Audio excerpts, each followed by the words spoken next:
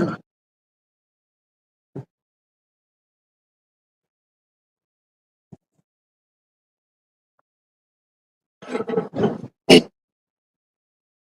right, Shalom. First and foremost, we want to give all praises, honor, and glory to Yahweh, Bahasham, Yahushai, Bahasham, Rakah, Kodash. Double honors to the elders and the apostles of Great Millstone, and peace and blessings to the elect. And we out here once again. We're gonna get right into it. Right into it. As you can see in the title, election chaos. Right now, recently, and even the months leading up to this, right, which I believe just in a couple of days is going to be the election day. Okay, and people are anticipating that it's not looking like it's going to be a calm election. But we know that at the end of the day, we got to watch and see how things play out. However, something might happen election day, something might not. But the whole point is that even if everything goes so-called smoothly, the coming weeks after that, there's two sides, right? If the Democratic side wins, the Republican side is not going to be happy, and vice versa. In fact, the so-called Republican side or the Democratic side are, as there have been certain sources coming out and saying that they are planning to, if Trump ends up winning, to end up trying to invalidate his presidency by saying that because he was involved with an insurrection or a riot, on that November whatever, that now that invalidates this. Which is what's real interesting about that is, we know that behind the scenes. Matter of fact, let's start with Micah 2:1. Behind the scenes, right? They do all this scheming and all of that, and they don't scheme months ahead. They don't scheme weeks ahead. They scheme years, decades ahead. To where they say, okay, this is the guy that we're gonna groom to be president such and such years down the line, and this dude might even just be a toddler. Okay, because they don't look at these people. They don't look at these people as like, okay, we're gonna groom Trump to be president because we know how he is, and we're gonna no. Based on such and such a son, based on who we have leverage with, is the steward. Yeah. Based on who we have leverage on, such and such a son is gonna be here doing X, Y, and Z. All right. But the point is that'd be real interesting if they set that whole thing up. Shalom. They set that whole thing up so that they can then come now in this time and say, okay, his presidency is invalid because of X, Y, and Z. Anyway, let's get that real quick. Micah chapter 2, verse 1. Woe to them that devise iniquity and work evil upon their bed. So what does it mean to devise iniquity? Right? Iniquity in this case is going into their wicked schemes. Okay? Because at the end of the day, the plans that they come up with, right, and then they put into place as policies and all of those things, they end up in wickedness anyway. Right, real quick, let's pause and jump to Isaiah. I think it's 10:1. Woe want to be that put good for evil, evil for good, take away the right of the widows and so on. So at the end of the day, their plans, schemes, devices end up in wicked acts. Okay, particularly against the people of the Lord. Let's get that real quick. Isaiah chapter 10, verse 1. Woe unto them that decree unrighteous decrees. Right, that decree unrighteous decrees. And that's what they do. Right, they set up systems like this that promote anti or ungodly society, an anti-biblical world. Right? Go ahead. And that right grievousness which they have prescribed. Yeah, go and ask anybody that's on child support and see if there's anybody that's happy about that. In fact, it's something that has been weaponized. To where if a woman tells you, I'm going to put you on child support, you start losing their minds. That is an unrighteous decree because they have turned the natural order, right, between the relationship of a man and a woman, and then they've used that to put a woman on the pedestal and then weaponize this quote unquote child support situation, which is an unrighteous decree that grieves people, right? And they prescribed that. They wrote it down ahead of time and they enacted it to where it can keep our people in a further divided and oppressed state. Go ahead. Verse 2. To turn aside the needy from judgment. Yeah, to turn aside the needy from judgment. So primarily, who are the needy? If you look on the earth today, yes, there are poor and so on all around the world. But as a whole nation, if you were to look at the not individuals, but on a national level, the needy would be the Israelites, the so-called blacks, Latinos, and Native Americans, and all around the world. They're known for that because of that condition that they're in, the stigma that's tied to the Israelites. Okay, so what do? to turn aside the needy from To judgment turn aside the needy from judgment, from proper judgment, from righteousness, from justice. All right, that's why you constantly hear about injustices being done to our people, and that's because they're turning the needy away from aside from judgment. Go ahead, Shalom, bro. and to take away the right from the poor of my people, Take away the right from the poor of my people, to strip them of whatever they even have left, because that's such is the nature of Esau. Go on. that widows might be their prey, Mhm. and that they may rob the fatherless. Right. So applying that now. Now, why would widows? And then we can jump back to where we were, Micah. Why would widows be their prey? Because even when you go back into the scriptures, right, you had that account with the woman who's I forget if her husband was one of the sons of the prophets or so, but in any case, she came to Elisha and she came to tell him, "Hey, I need your help because my husband is dead, but he was in debt to certain people, and now they want to come and take my sons into slavery and yada yada and all these things." Right? She was a widow, and the guy that sewer man. Yeah. But she was a widow, and the problem was in certain situations, right? When you became a widow, typically you could imagine in ancient Israel, people weren't just going around dying, right? When somebody died, it would have to be most of the cases of like natural cause, unless they worked in a very dangerous job, and then some accident happened and then they died, or the Lord judged them, or you had iniquity, right? But assuming they lived a regular life, by the time a woman would lose her husband, she would be pretty old, right? She would be a little up in there to be considered a widow. And usually around that time, she's already been accustomed to being separated from her immediate family, because maybe her parents are already dead, right? If she doesn't have any relatives, or she does, maybe they're not close, or maybe they are close but they can't really help her. So she's depending, or her helper is her husband. So when he dies and she becomes a widow, she's sort of out there on her own. And that's why most of the time you hear about widows in the scriptures, and they're mentioned as though they're in a position of difficulty or in a position of need. They're lumped in with the fatherless, because it was the same kind of situation where you would have to fend for yourself.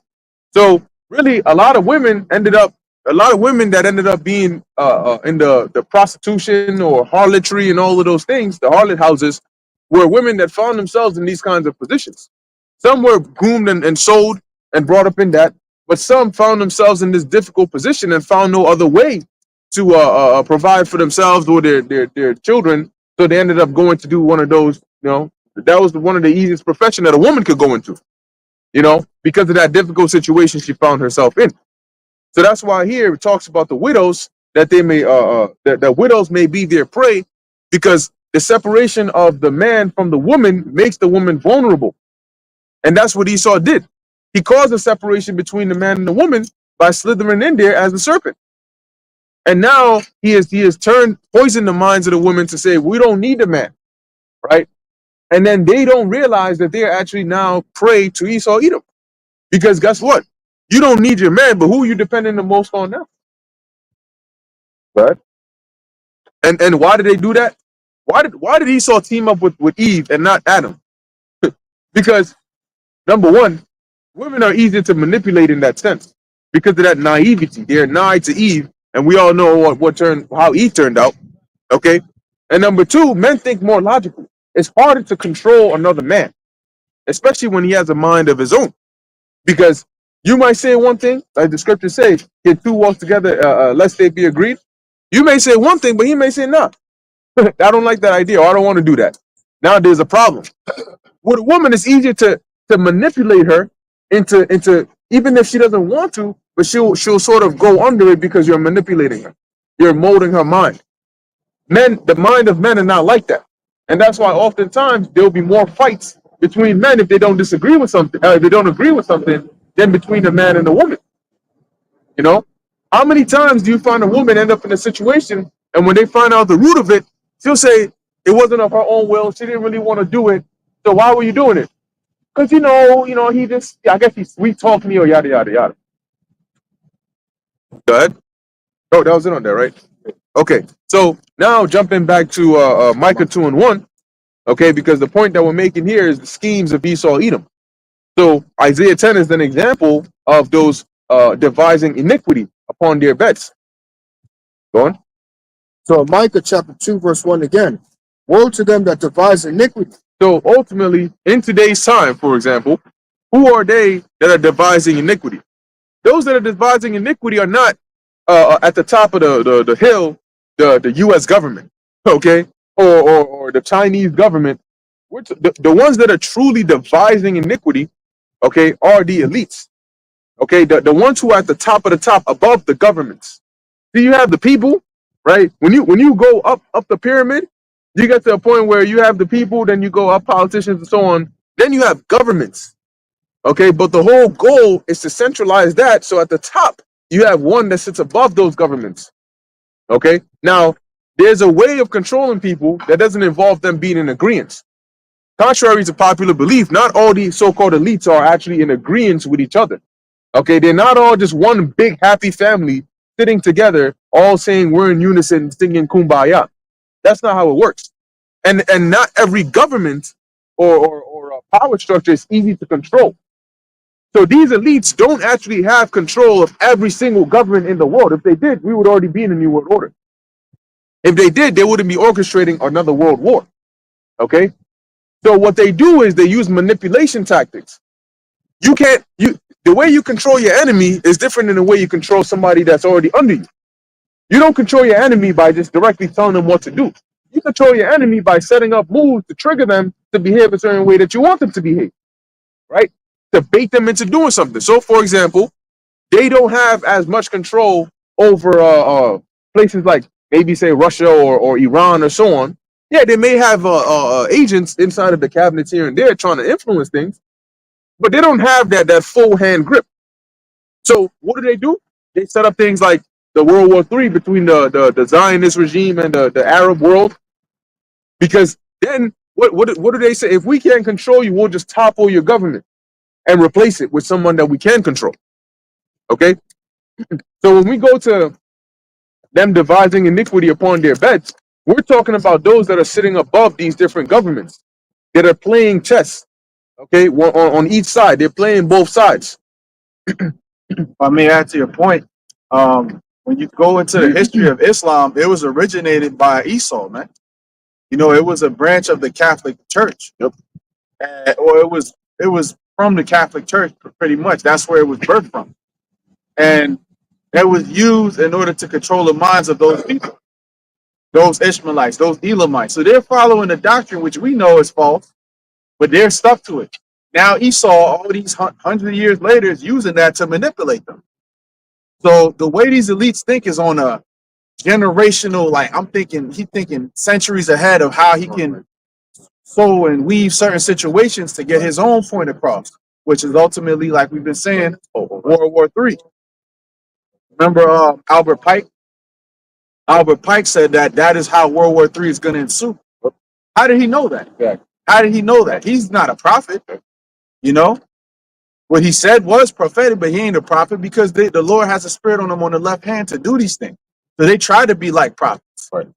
you know. But the one thing they don't understand and they can't face is that we're gonna come out on top out of all this after all the dust settled. But the point I wanted to make was Esau originated that Islam doctrine, so that's what they follow. And even in the doctrine that they follow, it says that the children of Israel are preferred above everybody else. Yep. See, so they know, but they put them little tidbits in there. But that came after the scriptures anyway. So he uses those things to control them. And he's like the puppet master on the left hand when it comes to these nations. But the real puppet master is the Most High. Yep. Yeah.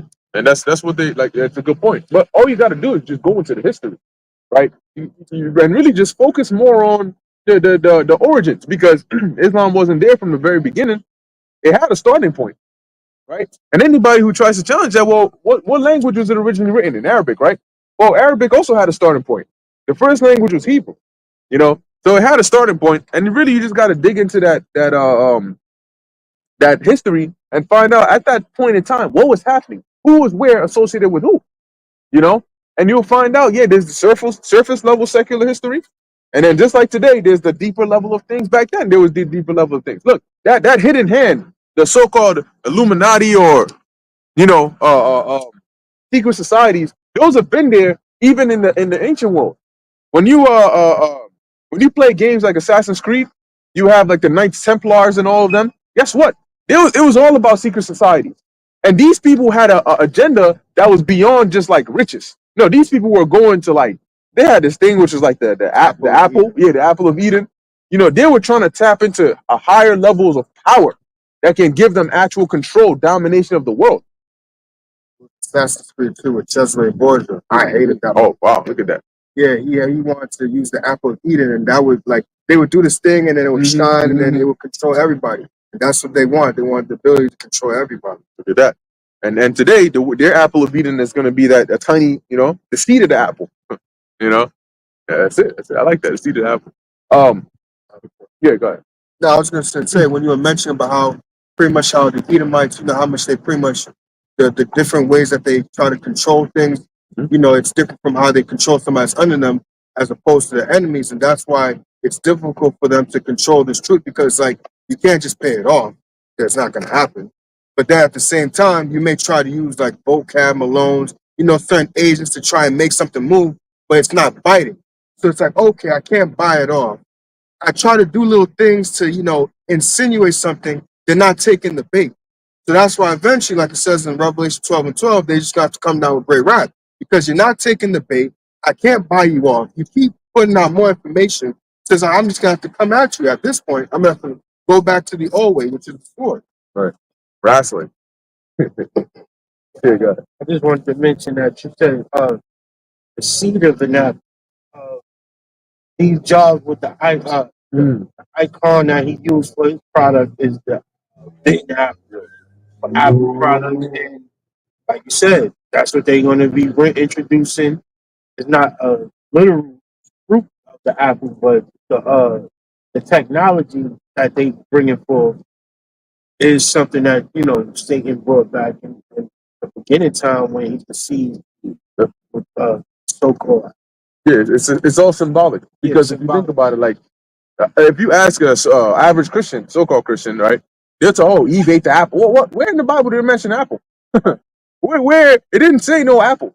Okay, it just mentioned the fruit. It said, "If you eat of the fruit of this tree of the knowledge of good and evil." What? Tell me what tree is called a knowledge? What does the fruit of the tree of knowledge and evil look like? You know. So, but in the minds of the people, it's an apple, and the symbolism. Because why did Apple decide to not just use a whole apple? Why Apple with a bite taken out of it? You know, because that now you take a bite out of that, it's going to take a bite out of you. You know, that's what's coming real soon. People about to get chunks taken out of them. God. This is the book of Isaiah 36 and verse 6. Lo, thou trustest in the staff of this broken reed on Egypt, whereon if a man lean, it will go into his hand. Yeah, a staff of a broken reed, you would use a staff for support. So what Isaiah was Isaiah, right? Yep. Yeah, Isaiah is saying here, Egypt it is likened onto a broken reed that if you lean on it, instead of supporting you, it's going to pierce through your hand, okay, and ended up hurting you. Right? And it says, whereon if a man lean, it will go into his hand and pierce it. Mm-hmm. So is Pharaoh, king of Egypt, to all that trust in him. There you go. And this was because when you go back during that time, that's why in Isaiah 31 or so, it talks about woe unto you that go down to Egypt for help. What you'll find out is the Egyptians, for a good period of time, they always played the role of insinuating others to try and join them in rebellions against the superpowers at the time, whether it be the Assyrians or it be the Babylonians. Why do you think Zedekiah ended up rebelling against this guy, Nebuchadnezzar? Okay, or what was his name? Hoshea ended up rebelling against Shalmaneser III. The second he found out, Shalmaneser, I think it was the fifth actually. When he found out that he came up into power, he stopped paying tribute. You know, and majority of it was because the Egyptians were saying, "Look, we got your back. You know what I'm saying? We're gonna support you. Guess what happened? They got their ass kicked. And then when we needed help, they were nowhere to be found. But now applying here to this modern day Pharaoh, which is the America, right? Or even above that, these elites. The problem with them is it's not even that they're just weak, they're too weak to defend you. They're actually deceiving you. Okay? So what they are, they're a broken reed that is projected to be a strong staff. You know? So in this case, you diving up onto that shit. It's not even just like you accidentally just a slight lead. You diving up with all your force and you getting pierced up with this reed. Gotcha. You know, because that's how they operate. Deception. And that's why it says woe onto you. Okay, and that's the majority of these people here. Now, what you need to understand about the scriptures is not everything is to be taken in the exact literal sense, right? So it doesn't mean that the governments have a broken reed that's just ready and just telling everybody come lean on it. You know what I'm saying? And it's gonna pierce you. That is an analogy, right, to represent what happens when you trust in these governments. When people went up in there and said, I don't care what's in it, I'm rolling up my left, I'm rolling up my right, you know what I'm saying? Give me that thing. And then the next thing they knew, they ended up in the spirit world. Right? There was this pastor telling her congregation, go take that thing, and she ended up in the spirit world. Right after, immediately. Female pastor too. Few of them. Yeah, a good amount of them. You know, so it's going to show you that when you trust in the devil, this is what's going to happen to you. You're going to be deceived. Which goes back to Micah 2:1, as we were reading, they're devising iniquity upon their beds, their secret places, right, behind the scenes, and then when the morning is light, they bring it out to fruition. And then they push it upon the people, which takes us back to that election chaos. Okay? The whole election chaos. Now I think was it yesterday or so? Was it Kentucky or somewhere? A governor activated the National Guard in anticipation for chaos on election day. Okay, now even if there is no chaos on election day itself, that's not the exact time they got to really worry about it. It's what happens after whoever's elected gets elected. Okay, and it may not happen the exact day after that, but also something for people to keep in mind is it's not just the American people you got to worry about. You also got to worry about foreign parties that are already in here, not ones that are just want to mess with a vote or X, Y, and Z. No, foreign parties that are trying to do domestic terroristic acts on U.S. soil, mind you, that are already in the country. Okay, that's getting in the country is phase one. Okay, but just like sleeper cells or any spies have their orders, once they get into a country, they don't act right away. They're called sleeper for a reason. They sleep among the people. They go until it's time for them to coordinate and do what they got to do, and then next thing you know, they doing things they got to do. I believe the division, the first game showed that. If you look it up on YouTube, the intro, they have that thing on their backpack, the circle or whatever. And when it was time for a crisis, that thing lit up, and then they knew it was time. Okay, the order was sent out. Let's act. Let's do what you gotta do. But they looked like normal people. I think one of them was at a bar at a school. But the minute that circle lit up, Full time. Just like the Winter Soldier, Marvel. You know, he's a Russian asset, but he's only activated. They have to say certain things to him. He's like an MK Ultra type thing, or like a Manchurian Candidate. You know, they got somebody set up. He gets up in there, and you got that all throughout Babylon, man. Shit that we can't even see. That's why we got to trust in the Lord, because He's our rear ward 360. There's things around it we're not even aware of. You know the danger that lies around the corner, but when you trust in the Lord, you protect it all the way through. Right. Those are the most dangerous kinds of sleeper cells. The ones that are activated by certain keywords, or even certain frequencies, because those are legit people. Meaning it's almost like they have two minds. And when they hear that activation word, they blank, like they just blank out and go into train mode. That's actually it's like going into a hypnotic state, and this way they're the most believable, because when they're at their normal self, they're actually their normal self. And then when they get triggered, it's a completely different person. They're ready to do what they got to do. Syrian candidate, they used a high-ranking officer in the military as a assassin, and nobody would believe that he would be working for the enemy. Chinese government that had mind control over him, but he was a high-ranking official, and just like a lot of these high-ranking officials, when the time comes, they're going to do things, for the sole purpose of undermining, their enemy. Yeah, infiltration. That's how they operate. We finished on Michael too. Dear God. Mm-hmm. I can read this thing. No, we're good on one. Yeah. I want us to get Isaiah 19, dealing with so going back to the election chaos, right? Isaiah 19. We can read one and two, but the point is really in the second chapter, and then also second Ezra the sixth chapter. We could hold that. The main point is in second Ezra 6. It talks about friends fighting one against another like enemies. Isaiah 19:1, the burden of Egypt. Behold, Now Isaiah 19 is prophetic, right? This Egypt is not ancient Egypt, but it's talking about the modern day Egypt.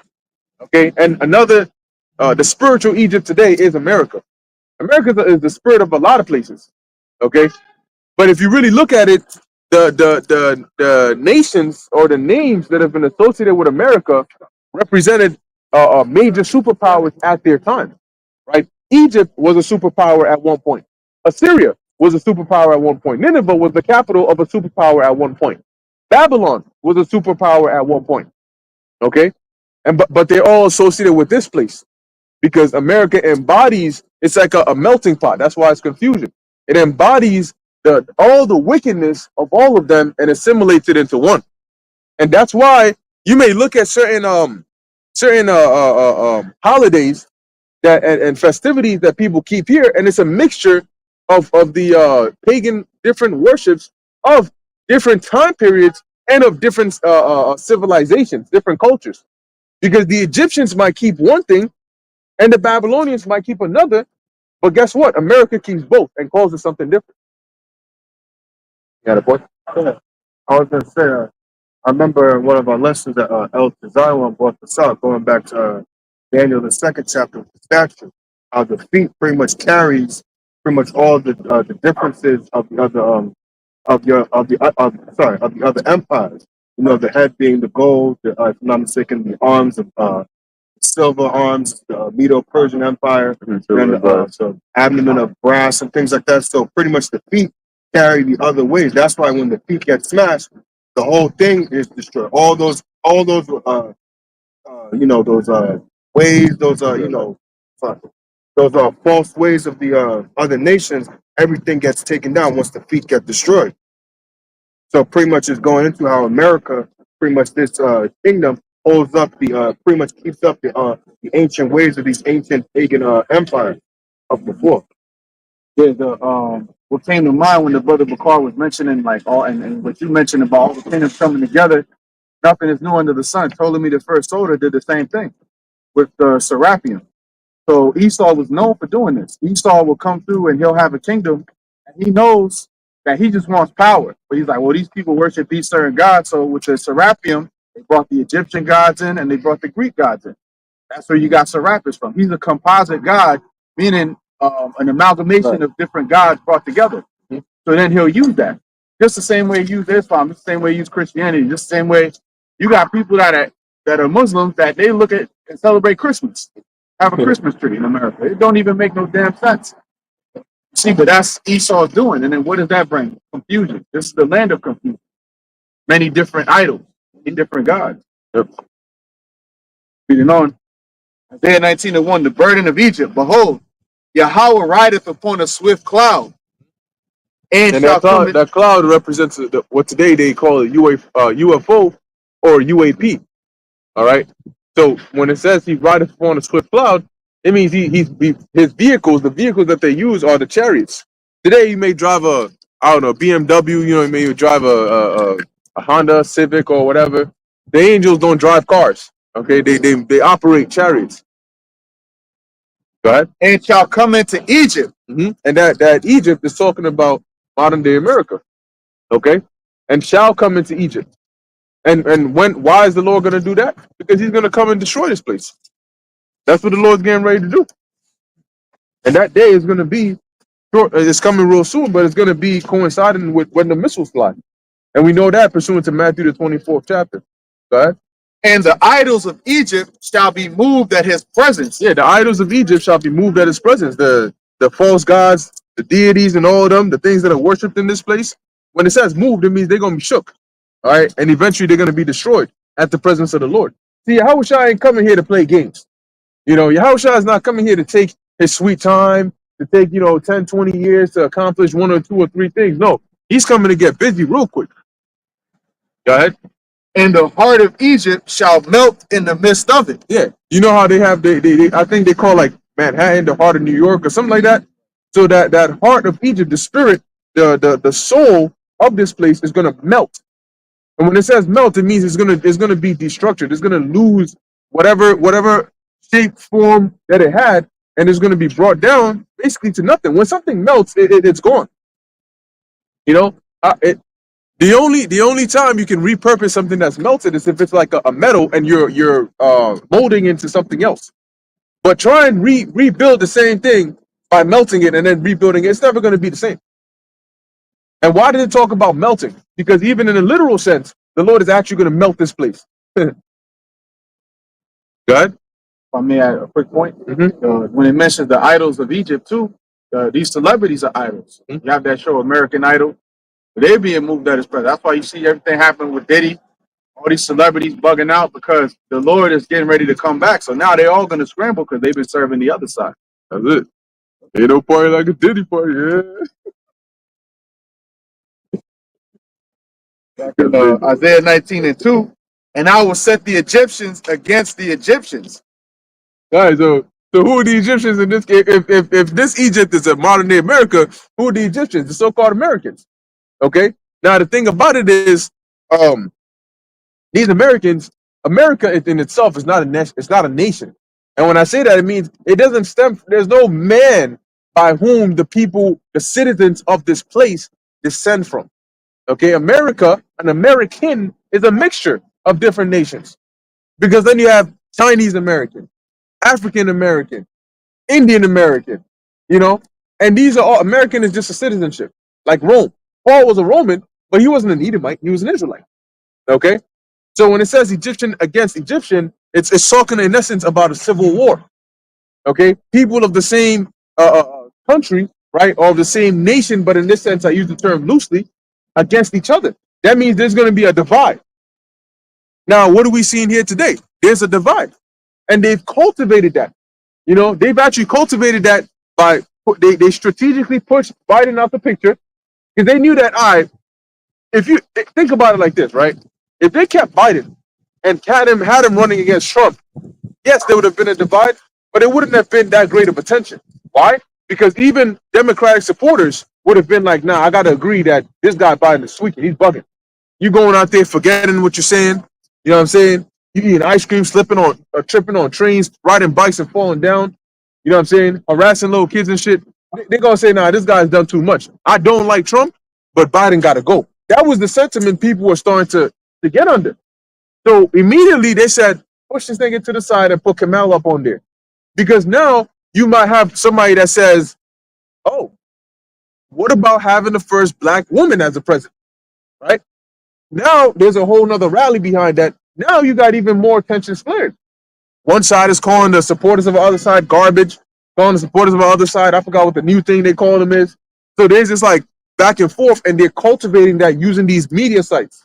CNN, MSNBC, Fox News, oh, they said this about Trump. Oh, they said this about Kamala Harris. Oh, anybody that doesn't want a female to be president should be lined up and shot up. That's what these professors are saying. So now you're like, yo, the minds of these people, it's not just, oh, okay, I don't agree with what you're saying, but you know what? You go vote for who you want to vote for, and then I'm going to respect it. No. This is more like stirring up and inciting a violent spirit inside of these people. So the Lord is using that to cause that division so that he can set up that Egyptian against Egyptian, aka civil war. And they shall fight. And they shall fight everyone against his brother. So there's the prophecy, right? Egyptian against Egyptian doesn't mean that, okay, I'm a bet against you. I got this and you got that, and we a little different there. Here it says they're going to fight one against another. When you go to 2 Ezra 15, which we will go to, right, it talks about them having swords in their hands. And what I mentioned this too, is that, okay, there is a danger when you have majority of people against maybe say the National Guard, right? Okay, people start rioting, people start protesting, they activate the National Guard, or Trump activates, because that's what, when I read one of these articles, that's what they said their plan would be. To where they're saying, look, if Trump gets in there, they're going to call upon people to mobilize and cause so much chaos, riots, and violence that Trump has to enact the Insurrection Act.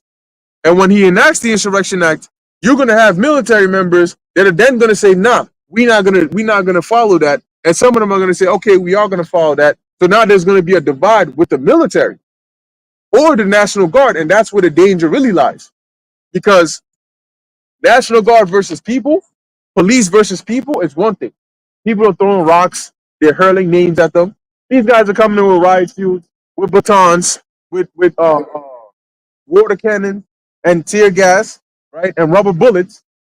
But when you have a divide between military and military, both sides have lethal weapons. Both sides have the same amount of damage, in terms of equipment that each other have. So now, if one side lets off, another side can, and now you have an actual, like a militia on militia, right, or a gun on gun type of environment, a warlike environment, because most civilians ain't gonna rally up with the same military grade weapons that the military or the armed forces have. So if you have a divide in the military, and they're going both sides, that's when you have the real civil war. And it reads, and everyone against his neighbor, city against city, and kingdom against kingdom. You got to get Buster? And everyone against his neighbor. Right, and everyone against his neighbor. So people are going to be against. Look, what's one of the quickest ways to turn on each other? They said the taboo of a polite conversation is politics and religion. These are two taboos of a polite conversation. Meaning, if you cannot have a polite conversation, the second you bring up politics and religion, you'll see just how quickly tension builds up. For some reason, you guys can disagree. I can say, yo, that's the best car in the world. You say, nah, I don't think that's the case. Call of Duty is the best game in the world. Nah, I don't think that's the case. All right, cool, it's fine. There ain't no fight over. But I say, I'm saying, yo, we got to get Trump up in there. What do you mean you got to get Trump up in there? You trying to say what? Kamala can't do the job? Nah, but I'm just saying, so you one of them kind of people. Oh, see, I can't be friends with you no more. Yeah, this guy over here, he trying to put Trump up in there. Then that tension builds. Because everybody's trying to explain their point. No, because if you look at how policies, how can you not see this? And then, voila. Same thing with religion. How could you sit there and worship an idol and call it a god? Are you disrespecting my God? And then, boom, clap. So those two things right there cause a great deal of tension. Like the switch. Right. The switch gets flipped. People you could be perfectly getting along with this person, but the second they hear Kamala or Trump, oh, nah, I can't fuck with you. Nah, this person is that type of person. Oh, no, fuck that. That's all, it's beef. At that point on, fuck you and y'all motherfuckers could die. That's how they feel. You support Trump, you support Harris, like people are really that. And the crazy part is that none of that shit even matters. Right. But they're so fucking, and that's part of Esau's witchcraft. 2 horns as a lamb, but spake as a dragon. It's still speaking as a dragon. Y'all focus on the 2 horns as a lamb, but here it is, the dragon coming to flame your ass up. What? Oh, okay, I got you too. Show me, I got a point. I got you. I just pulled up the definition for civil war. And it says the term civil war comes from the Latin phrase, hopefully I'm saying this correctly, bellum civil, which translates to war of or pertaining to civilians. Just to answer your point. It's literally a civilian war. Right? That's right. You got it, bro. Hey, Shalom, bros. Yahweh Shemi Yahshua Brakatham. Hold up. Can you hear me? Yeah, let me make sure. Okay, there we go. All right, go ahead. There you go. You can hear me now? Yes, sir. Shalom, Yahweh Shemi Yahshua Brakatham. Hey, That's a heavy point that y'all brothers just made too, because just as y'all speaking, I just thought about it, how this whole entire spirit that you're seeing around the earth right now, though we just read in Isaiah the 19th chapter about the Lord is going to set up the Egyptian against the Egyptian. This is pretty much CV 2.0 energy, right? Because when the whole Vanessa thing came out, you had that division, and I believe that was the beginning of people actually seeing each other as a potential enemy. Because prior to that, there was a time where you could have your disagreements and it was okay. Ain't no beef, none of that shit. It was like, all right, cool, you disagree, we could agree to disagree type energy. When the CV came out, you had two opposite sides, and they were staunchly against each other. There was those who were for the V and those who were against the V. And all through our mainstream media, you had the politicians, the celebrities, the so-called influencers, the damn pastors, whatever. They were all pushing the same agenda, which was go get the V, go get the V, go get the V. If you don't get it, you're stupid. You people like you shouldn't be around. Like they were pushing that type of deadly rhetoric, right? That type of hateful rhetoric. And then they turn around and say, "Oh, you hate because you don't want to go take it. Or you're dangerous to society because you don't want to keep everybody safe. Oh, why should I risk my life if I'm taking it? That makes me safe. You also need to go take it so you can keep all of us safe." That type of shit. We can't allow people like you to even have a voice. You guys are spewing misinformation. That's conspiracy, right? So they already built that tension between man, women, children, all kinds of different races, all kinds of shit. And now we're seeing the same exact thing being brought around, but this time it's a different topic, which is what? Election, right? So now you got the same angst, the same animosity, all right, but it's being pushed to a whole different level. Okay, because back then it was a topic of a Vanessa. Now, like you mentioned before, it's now a man versus a woman, and then a white man versus a black woman, right? So it's all these different things all put together, all at the same time. Now, people forget that these are the same people that over the past 4 years were forcing people to go take a jump shot. If you didn't take it, you couldn't work. You weren't allowed to go to certain places. Like people forgot all about that. You see? And now they're pushing the same exact bullshit. And guess what? We've seen the same exact thing. All of a sudden, all these celebrities coming out. Oh, I endorse Kamala. Like they all pushing the same exact narrative, just like the CV. It's one thing that's pushed, and then they all come and endorse it. Oh, if you don't take it, I took it. I went and took my first 2 shots. What are you still waiting for? It's like, okay, thank you for letting us know, but we don't give a fuck.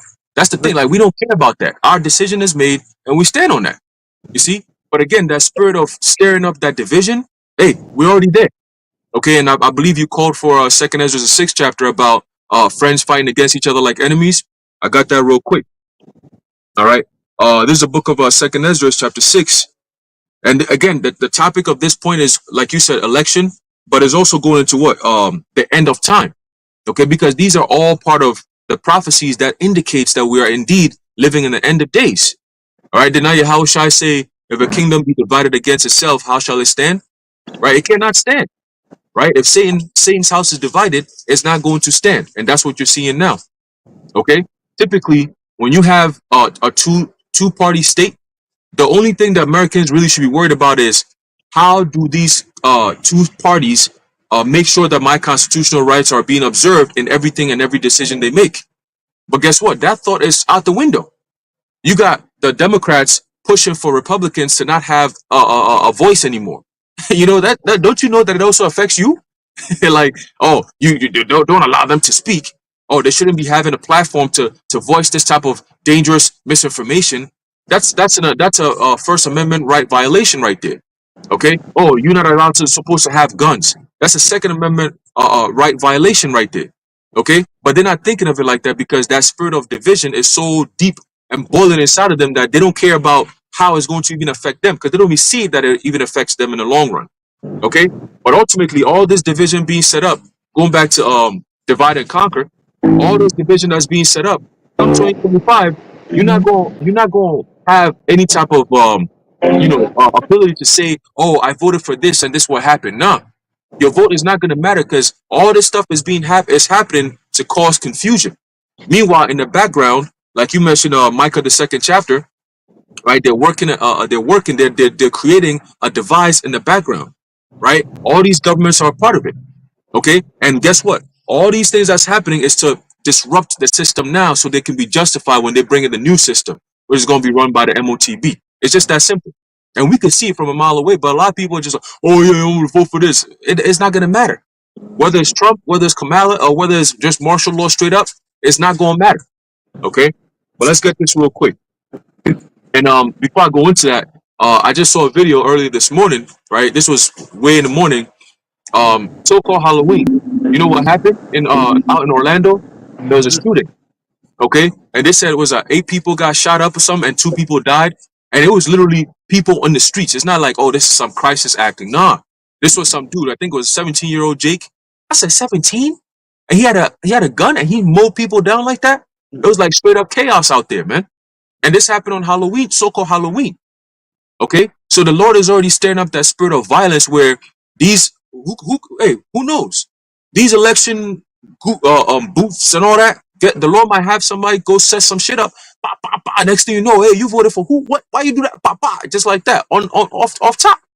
You know, many different states. Next thing you know, oh, this state is experiencing extreme violence. Oh my goodness. Oh, we're getting reports that this is happening over here and that's happening over there, and this has, yeah, you're gonna see that. Okay, because it's all manufactured crisis, man. Okay, in order to create a poly crisis, which is all manufactured. Okay, but let's get this real quick. You know, we in a time where Halloween, you're not even seeing no more candy. You're seeing a whole lot more ass than candy. That's crazy. All these chicks with the shit that they're wearing, man. Hey, anyway, let's get into this. This is a book of 2nd Ezra, chapter 6. Start off at verse 22. It says, "And suddenly shall the sown places appear unsown; the full storehouses shall suddenly be found empty." Right? You're gonna go to these stores and all that, and guess what? You're not gonna see what you're looking for. All right, there was I think I sent it to you before. The chocolate makers, Mars and Hershey's and all of them, they were saying that this year you're not going to see as much chocolates on the damn shelves because the cocoa products that they get even from Africa is all messed up. So now the little that they're getting, they got to jack up the prices. So number one, they're jacking up prices and they're yielding a little bit less. You know, a lot more, a lot less than what you were used to getting. They said back in 2020, 2021, the amount of chocolate you can get for $10 is like almost half or less than half the same amount that you're going to pay for this time around, this year in 2024. Okay? So you can think of that now. You got so-called Thanksgiving coming up, Thanksgiving, and then you got so-called Christmas also coming up. Who knows how that's even going to play out this year? You know, keeping in mind with what these devils have already told the world, that you got to expect some form of cyber whatever, right? That's one. You also got to remember that who that they also getting ready to, you know, come in with their one accord treaty thing, you know. So that's also something to look forward to, right? Multiple diseases all at once. That's also something to look forward to. Right? They just will storm it on the people just like that, you know. So we'll paying attention to that. But again, these are all parts of the things that's going to cause that division. Okay, when you go into a store and you ain't getting no food, that's going to stir you up. You know what I'm saying? You're going to be caught off guard by that. You're going to get pissed off. And we have some sense of control. What about those who don't have that control? Okay, so continue. It says, verse 23, it says, "And the trumpet shall give a sound, which when every man heareth, they shall be suddenly afraid." So you're going to be hearing those sirens, right? Those announcements being made. Okay. Oh, after this time curfew, you can't go out. Or you're going to be hearing gunshots. You're going to be hearing all kinds of different sounds that's going to bring fear in people's hearts. Okay.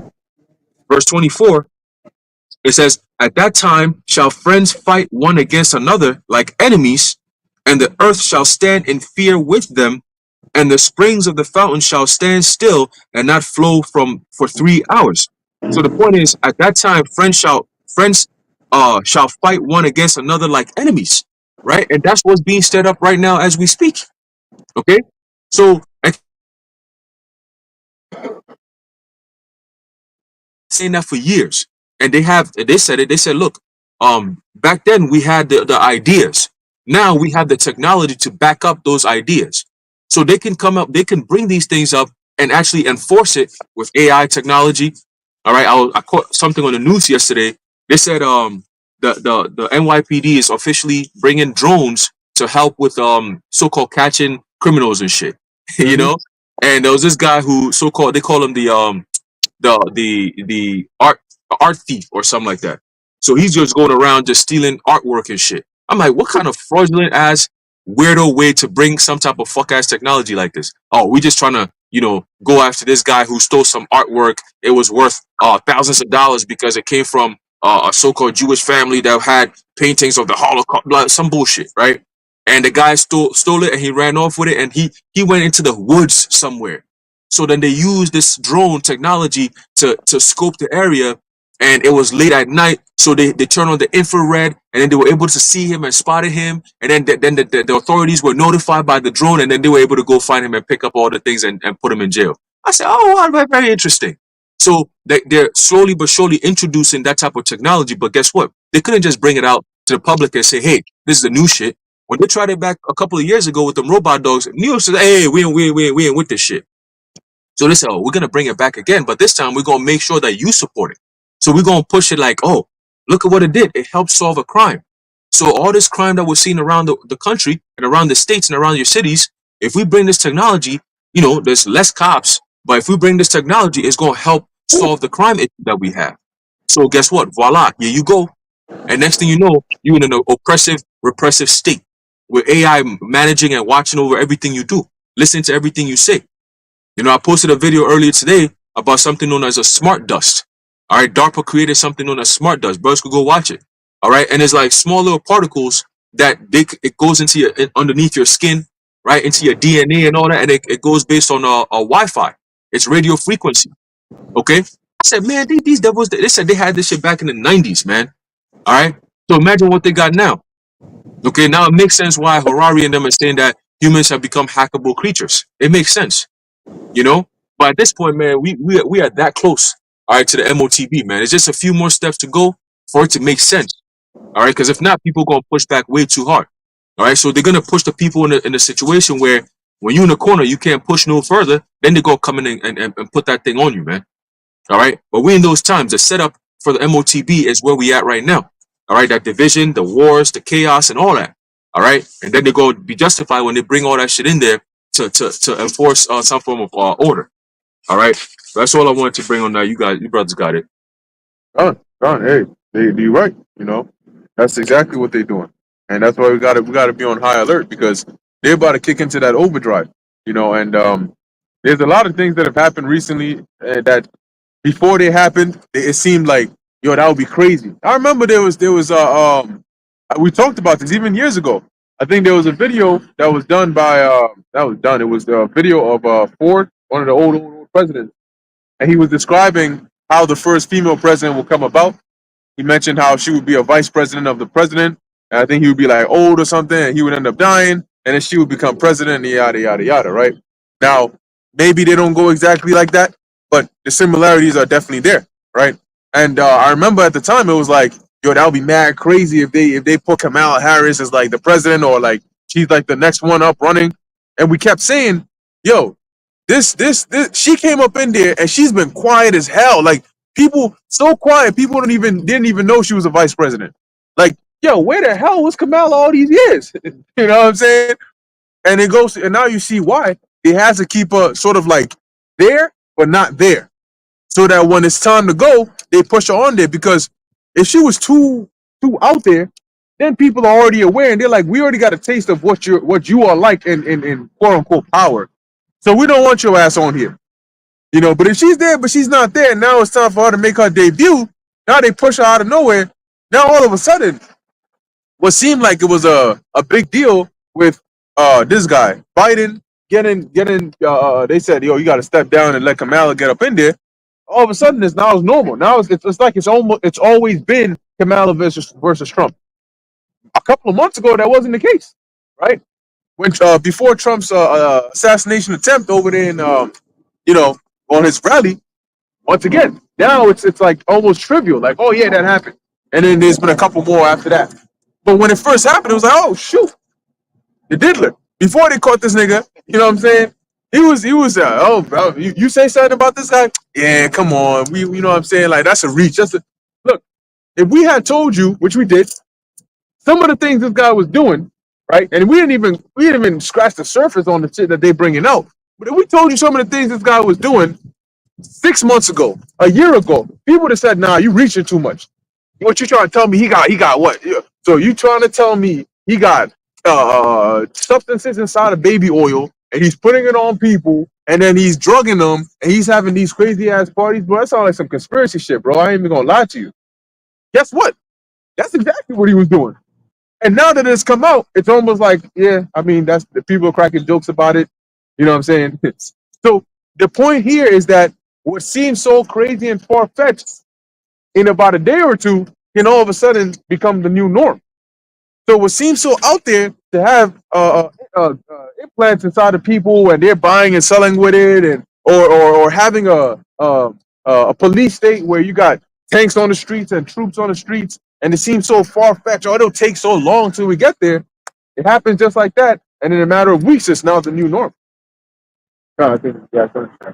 Oh, I was gonna mention to ask you a point. Movie that showed me up put me on to. It's kind of spoils things, but it's better if you really watch it. It's, Blink Twice, I think is the name. They got what's his name in there? What's that guy's name? Yeah, there you go. Shannon Tatum. He plays the character of Slater King, and he has an island. Very funny. He has a private island. And pretty much to spoil the movie for you, the whole thing about the movie is that when the women put on perfume, it makes them forget. So throughout the movie, they was doing stuff to the women on the island and things like that. But like the brother was saying, oh, you think that he has baby oil? Well, yes, in the movie, you would think something so harmless as perfume, because the women would dress nice, they put the perfume, say, oh, women like perfume, but not. In the perfume, they had something that when they sprayed it, it would make them forget. So when they do their acts, their little sexual acts on the woman, they wouldn't remember. But the way that the women remembered is they had to pretty much drink the snake venom, because it was an island full of snakes. Good. So when and he had helpers always killing the snakes. So when they drink the venom, it would make you start remembering stuff. Crazy. Probably that adrenaline and that dopamine rush and all of that probably triggered some of it. But that's crazy in itself. But That's not it's Blink Twice. Blink Twice is the name of the movie. yeah, Yeah. blink twice. Yeah. Seen one. that. Crazy. That's crazy, man. But hey, that's what they got going on right there. And they show you these things, right? Art imitates life.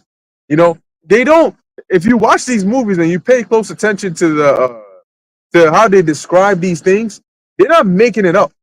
Okay, they go into extreme detail as to like how this shit is working. You know what I'm saying? It's a working solution. So if this is coming from the mind of somebody who just got up one day and said, "I have an idea for a movie. We're gonna put something inside of the perfume that's gonna make people forget about things." You can sense when somebody is faking it. She the creator of the movie was Lenny Kravitz's daughter. That's what I'm Joey trying to remember her Kravitz. name. That's the name. So I was just asking the brother, I'm like, what's his daughter's name? Because I was Yep. about to say, like, yo, you gotta think about it, like, That's great. why would where did the daughter come up with the idea like that? Like, oh, the perfume makes you forget, then the venom makes you remember. And then while you're thinking you trip, and then the chick, she was already on the island. That's why the dude was so friendly to her. So it's like, damn, because like he would ask certain questions, because like how the movie sets things up. She had a scar, I think, on her left side. He's like, oh wait, oh no. The little Spanish lady, she was like, Red Rabbit, Red Rabbit. And the chick's like, Red Rabbit, Red Rabbit. And then when she started remembering when she was first on the island, she had because she paints her nails a certain way, and she had Red Rabbit on her hands. She's like, oh, I was here already, and that's why you keep calling me Red Rabbit, because they know her from. We don't know your name, but we know you from your nails. Red Rabbit, you've been here before. Because the lady was looking at her like, oh, I know you. You're Red Rabbit. Yep. Wow. Yep. And I was gonna say, Joey Kravitz was saying, I think that's her name. She was saying that the movie's based on real life events. That's what she said. All right. And the movie came out. They started filming it, I believe, prior to 2020. I think 2017, 2019, around there. Right. So it's prior to this whole Diddy shit coming out. But it literally shows you exactly what that whole concept of the islands, the parties, you put your phone away, all that shit. No cell service, all kinds of weirdo rituals, getting you comfortable with. It's sick, man. That's why I think I texted it to you before. I tell you, yo, you gotta watch this movie, man. That shit is crazy, But that's all art imitating life.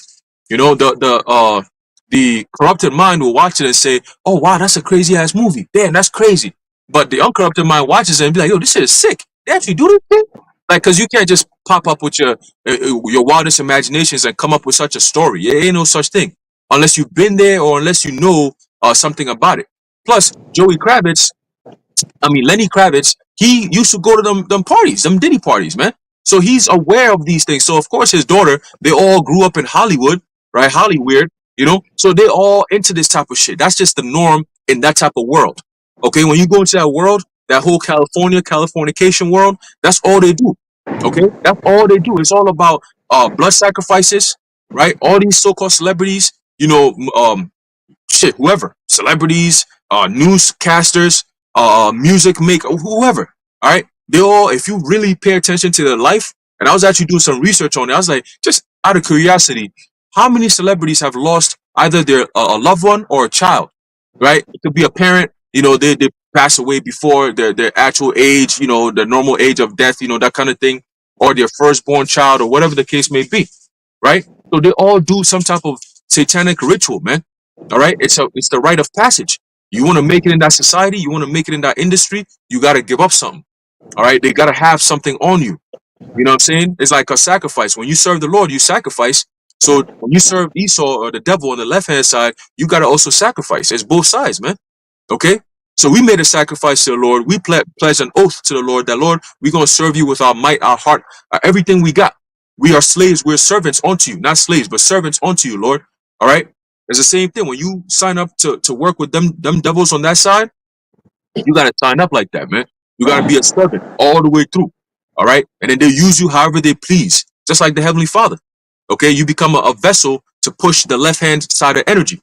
So they might say, okay, you know what? You'd be good to be in the music industry. Megan Stallion, you come over here. We're going to use you for this. Oh, you know, you be good for the sports. LeBron James, we're going to put you in the sports industry. You know, oh, you be good for the politics. We're gonna put you, Obama. We're gonna put you in the so they always have a role for you to play. You know, and then they train you to play that role. All right, just to have influence on the people on the left hand side, man. It's all about control. All right, that's why this truth is so dangerous because we exposing all this shit. All right, it's very easy. We exposing all of this. All right, just like this guy, Cat Williams said back early 2024. He said 2024 is gonna be the year of exposure, man. They're gonna expose all of that, and now you see what's going on. Okay, but they were hoping that by exposing this, people will become numb to it and then they could just bring in their full satanic agenda 2025 and just go buck wild with it, right? But then boom, the men of the Lord are here just letting people know left and right, nah, that ain't gonna work, that ain't gonna fly. Now they mad. All right, so now they about to make their move. Okay, Kamala Harrison, how you gonna be at a rally and then somebody says, hey, Jesus is Lord or something? She says, oh, you at the wrong rally. You at the wrong place. You might want to go down the street. And then a few days or hours or so later on, she goes to a church faking a fucking accent, talking about the morning is coming and all this weirdo shit, man. Like you summoning up a demon. When you see at the end of the video, she says, "And the morning is coming," or some shit like that. Like joy cometh in the morning. Oh yeah, You know? Yeah, like she says, like she's summoning a demon, like she's just rising up and summoning a demon, man. You know, which whoever is going to be president, that inauguration. When you go into that word inauguration, it goes to the word inaugur, which means to summon up a demon. All right, to summon up spirits, man. All right, so this whole thing, man, the Lord is ill. He sent things up to crash the party, so to speak, man. All right, that shit hit the fan that we've been talking about, Jacob's trouble, all these things that we've been talking about is about to be kicked into overdrive, and all these people on all these what we call unsuspecting victims, they're about to be super victimized, man, and they ain't gonna be no help for you. As a matter of fact, I'm gonna read something real quick. All right, there's a quick meme that I saw today. I say, yo, this is perfect. This is literally America. All right, this dude said, this is the USA, right? He said, this is the USA. There is no one coming to rescue you if things go sideways. No one will be resupplying you. No one will airdrop food, ammunition, medicine. No, he said, there is no place to escape to go for freedom. This is it. All right. So they posted that. And I said, yeah, you're right. Because this is America. That's why everything is being boarded in. Okay. Apparently in DC, the White House, they already got barricades around the whole place and shit. What are they preparing for? Right. That you people are not preparing for, man. What kind of chaos are they preparing for? Did not the Simpsons depict that shit back, I think, 2020, 2021? Yep. Where they said after the election, there was all hell breaking loose in January, man. All hell was breaking loose. People bugging out. They had AI robots killing people, shooting shit. You know, like straight up chaos, man. All right. So is it the time for us to see that happening? Well, who knows? But all we know is, according to biblical prophecy, all hell is about to break loose, and the warning has already gone out. So if you ain't prepared, well, guess what? It's time for you to get ready now. Get ready, just get ready, because you ain't gonna stop it. You ain't gonna hide from it. It's just coming for you. All right, you got it, bros. Think I'm, Oh, sorry. The other movie as well is Leave the World Behind. I can't remember the character's name, but it was when Mahershala Ali, I believe he was talking to Julia Roberts' character, and he was explaining how he had a friend on the inside, and how basically he was explaining to him that, oh, you know, something's gonna happen, you know, take care of yourself. And that's the same thing that what you call it, Aaron Russo said about Nick Rockefeller. He in some words told him about you know, 9/11 when that happened during September. So, you know, showing you how, you know, playing again what the brother said, art imitates life. right. You got it right there. What was behind the making of that movie? Obama and Michelle. Oh, sure, yeah. Like it. Another one was Don't Look Up. Oh yeah. Don't Look Up. The whole thing with that movie was like a meteor was coming, a giant asteroid was coming. And didn't want people. It was a conspiracy, even though they're looking right at it. You can look up and see it, but don't look up because you're gonna see it. And that's a conspiracy. And that's just mocking how obvious things that are happening is, the end times is, and that people really literally can't see what's right in front of them. It's on the news, and they'll watch the nonstop coverage of Trump and Harris, but yet World War III, that shit just goes right over their head. Everything else, we guys spoke about it, you know. Yet right now you got the MAGA people. They loading up. They loading up them weapons, bro. They getting the mags ready. They going Call of Duty. All right, they ready to go. They getting the trucks loaded up. They putting the Trump flag on them motherfucker. They doing that right now as we speak. And these are things you won't even see it on the news until it becomes news. You see? So, hey man, we know what times we in. You know, you can discern the face of the sky, but can you not discern the signs of the time? Yeah. They got these people as the HBT. They're coming for their ass. Everybody. We had what we got. What we had. If we had nothing, let's jump to second Ezra 15. Or to get into some of that real quick. Because that's all prophecy going into these things, right? So now you'll notice, right? Ezra didn't say that because of a presidential election, you know, you had one people. No, he didn't say that, because what Ezra was seeing was just the aftermath, right? And that's what the Lord showed him for a reason. It'd be a little too obvious, right? What would be the point of watching if he already told you? Look, if you know that, I don't know, something is going to come, you're waiting for something, but they tell you at this time, this is what's going to happen. And if they tell you at 12 o'clock, this is when it's going to happen, you're not going to sit there watching from 9 all the way to 12.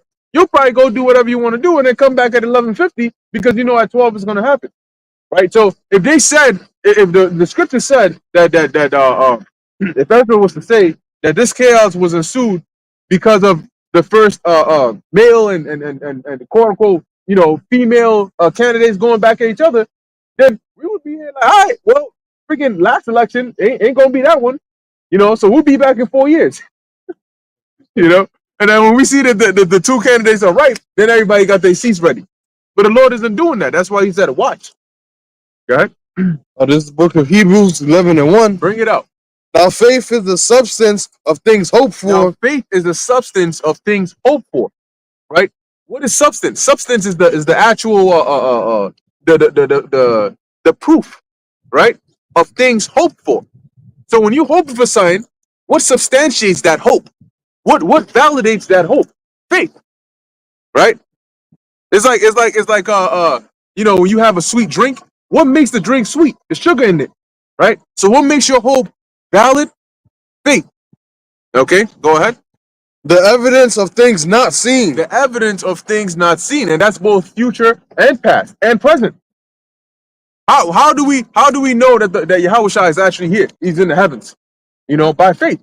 We haven't actually seen Yahushua, right? We don't see Yahushua, but yeah, we speak about him like he's more real than people who are actually living, right? And that's present. When we talk about the past and the things that are in the scriptures, we speak about it even though we weren't there physically. We're able to go into the scriptures and tell you exactly what this means, and this was happening, and why was this happening? Through faith. That is the evidence of the things not seen, and more heavily when it comes to future, prophetic things. How are we able to tell you the things that are going to happen in the future that we haven't actually seen yet? The evidence of that is faith, because that's ultimately what it comes down to. Yeah, you may go into the plans, you may go into the documents, you may go into the history, but what makes you believe it versus somebody else who says, no, those are just documents? Faith. Okay? Go ahead. That was So that was it on that? Perfect. So ultimately, good point. What it comes down to is faith. So when you find yourself in a position of difficulty and you don't see a way out, well, you can rely on faith. Because how do you know you're going to get out of this situation even when you cannot see a way out of the situation? Your evidence that you're going to get out is what? Faith. All right. What we got? Second Ezra 15. Yeah, stop. Second Ezra chapter 15, verse 1. Behold, speak thou in the ears of my people. Who are the people of the Lord? The Israelites. Okay. Go on. The words of prophecy. And prophecy are the things that are yet to happen, because they're more prevalent. They're the things that are going to affect your life. Right? Go ahead. Which I will put in thy mouth, saith the Lord. Yeah, so that's why the scripture tells us that no prophecy is of any private interpretation. So the Lord is the one who puts the Spirit upon us to go into these things and break it down and tell you what's going to happen, because that's what He has set to happen. Go on. Verse 2. And cause them to be written in paper. And that's why we have them today, for they are faithful and true. All right? So cause them to be written in paper. What is that? That's record keeping, right? Having a record of these things so that we can then refer back to it. The Lord is not going to keep giving us the same vision over and over and over again in multiple lifetimes if we can just have it recorded down. That's the whole point of writing things down, so you can have a record that you can refer back to. When you talk about evidence, for example, you know, That's why you have the Book of Chronicles that were written. You There you know, go. the Book of Chronicles is the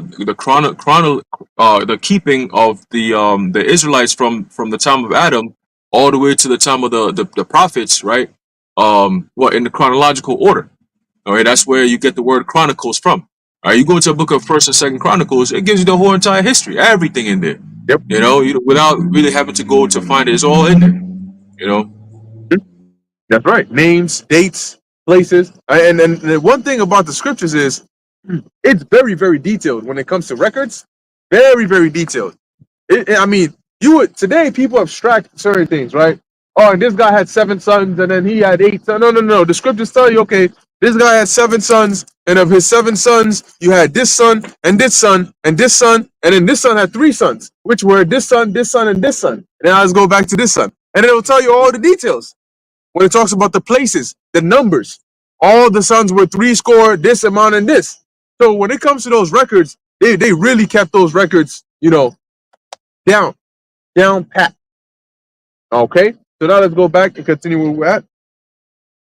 Verse 2. And cause them to be written in paper, for they are faithful and true. Meaning they're gonna come to pass, right? The words of prophecy are gonna come to pass because they're faithful and true. Because who gave them? The Most High. Okay, we're just publishing it. These aren't our words.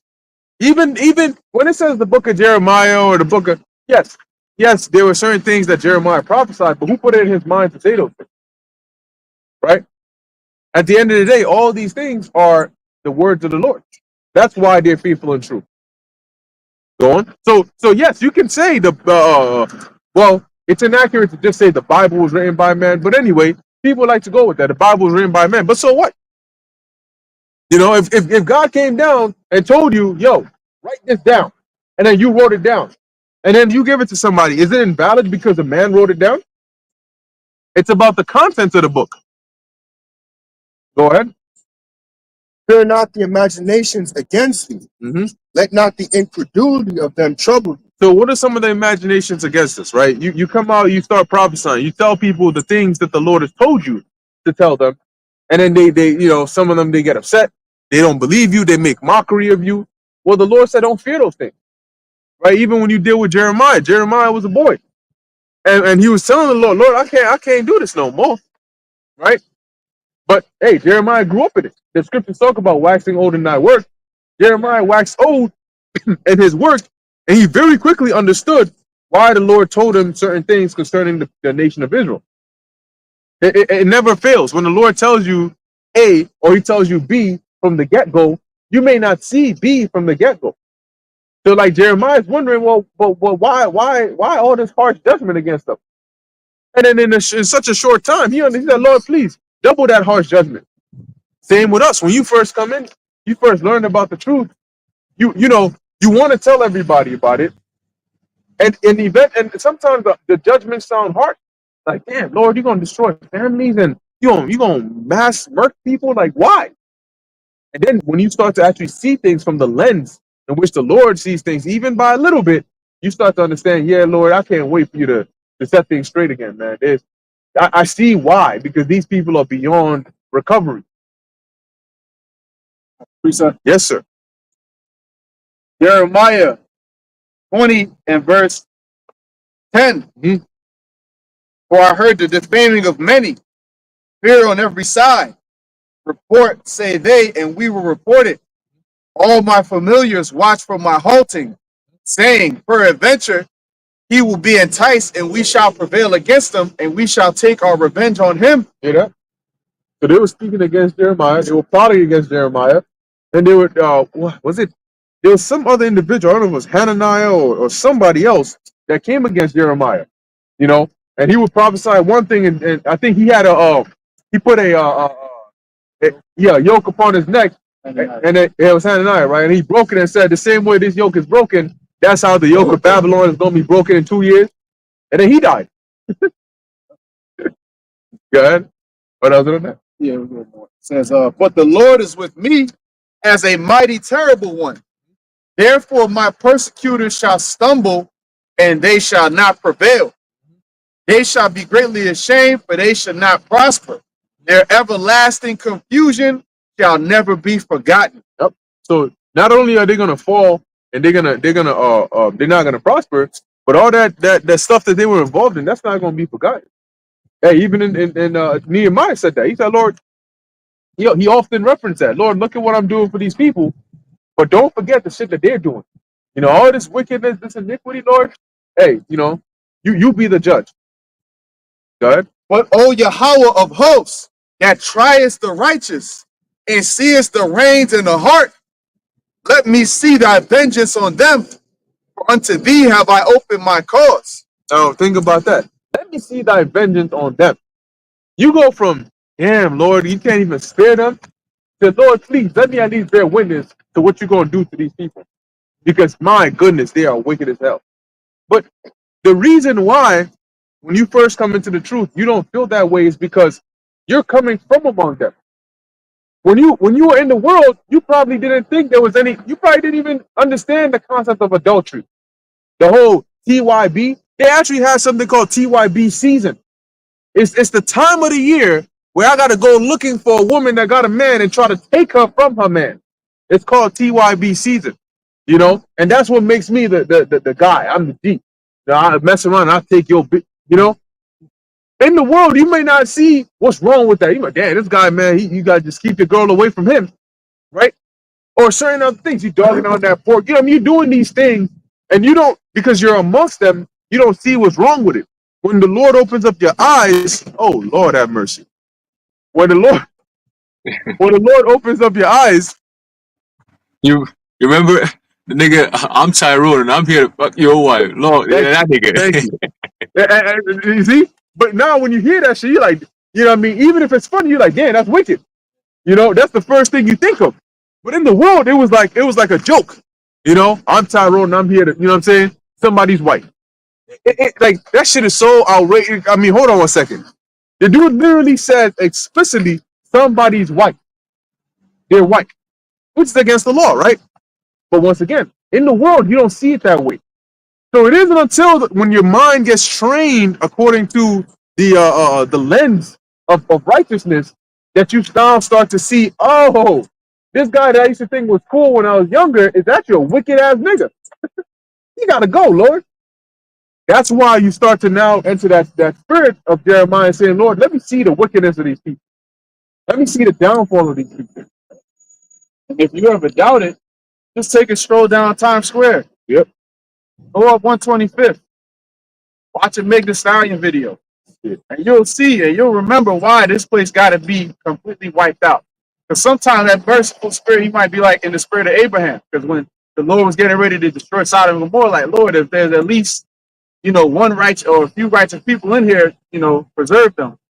But really, preserve the city for their sakes, for those righteous that's in the city. But really, man, you got to just take a glance around this place and see that it's fit for death. You got to just take a glance around and see that it's fit for death, man. And just look at how everything's being manipulated. Look at how evil these people are. Don't forget the shit that these people have done. Keep that on the forefront of your mind. It's got to be wiped out. But look at the shit these people do. Yep. Hey, and Abraham, he was slick, man. Really, the men of old, they were, they had a strong mind, right? Because Abraham really, why do you think he kept dwindling down the numbers? He really just cared about Lot, because these ninjas over there, they're wicked as hell. But I mean, the Lord still had mercy at the end of the day, right? And it still delivered Lot, But when you look at some of the things that, like, you may read about, like Moses, for example, right? And then he goes to the mountain, and the Lord told him. Now, who knows? Maybe he was able to jot these things down. But even still, the Lord telling him the dimensions. I'm sitting here reading the book about the record that's already written. I'm like, damn, that's a lot of things. And this got to be according to this square feet long, and this got to be of this wood, and then you can't the stone that you're going to use for this altar can't have already been chipped, and you got to do that, and you're like, that's a lot of things to remember. But then again, you remember that back then the minds of men were different than how they are now. Today, somebody tells you 6 numbers and tells you, and 3 seconds later says, repeat those 6 numbers to me. You stuck on 2. I would have forgot. This fucker. We can't join you at all. You've been up that mountain the 15th time. Well, he said 15 feet. Oh, okay, 15. He said 15. 15. You know what I'm saying? Where we at? Oh, you had that. But it's comical. But hey, we're men. But it goes to show you, like, if you really look at it, right? You look at the faults of man today. If something should click, that I don't think we were created to live this way. There's too many faults with us. Like, there's no way. Like, what joy would the Lord have in creating us to just have all these faults? Look at how easy you forget about something. You could literally be talking about something and then forget about what you're talking about. You have your phone in your hand and you're looking for your phone. Where I put my phone at, man? You know what I'm saying? Let me call my mom and see if she found where my phone is at. I'm on the phone with her on my phone, looking for my phone. And you sitting there like, oh shit. You know what I'm saying? There's something seriously wrong over here. So the whole point, I saw a meme that's talking about dude said he got so inebriated that he made a sandwich and then put the sandwich back into the bag with the bread and then put it back in the fridge. And he spent the next 30 minutes thinking about where the sandwich is at. But it just goes to show you, like, the faults that we have as human beings are just so much that you wonder if this is really how the Most High created us to live. Like, you created us to have a short ass lifespan, right? And just work all our lives till we're like 60 and then so-called retire. Like, you don't actually live life. There's a big ass planet here, and most people don't even go past the state that they're born in until they die. They don't even go past that. In the ancient world, it wasn't about, I gotta buy a ticket and I gotta go all the way here and I gotta get a visa and do it. Yo, bro, are you traveling? You travel. Jacob didn't need no visa to go over with to visit you got it, bro. The restriction that we have towards our people to be like so deprived of knowledge, because the further you go out, see places, got to see that some of my brothers even visit Italy. The other one, he made it to Italy before. Our brothers made it all the way to Africa. Mexico, so many different places. But the destruction of our people comes to lack of knowledge. But also the Lord also see our people as like the wickedness that we do that reach the whole heavens. He said it in his own words. And quick people prove it. He said in Proverbs chapter 1 verse 26. He said I also will laugh at your calamity. I will mock you when your fear cometh.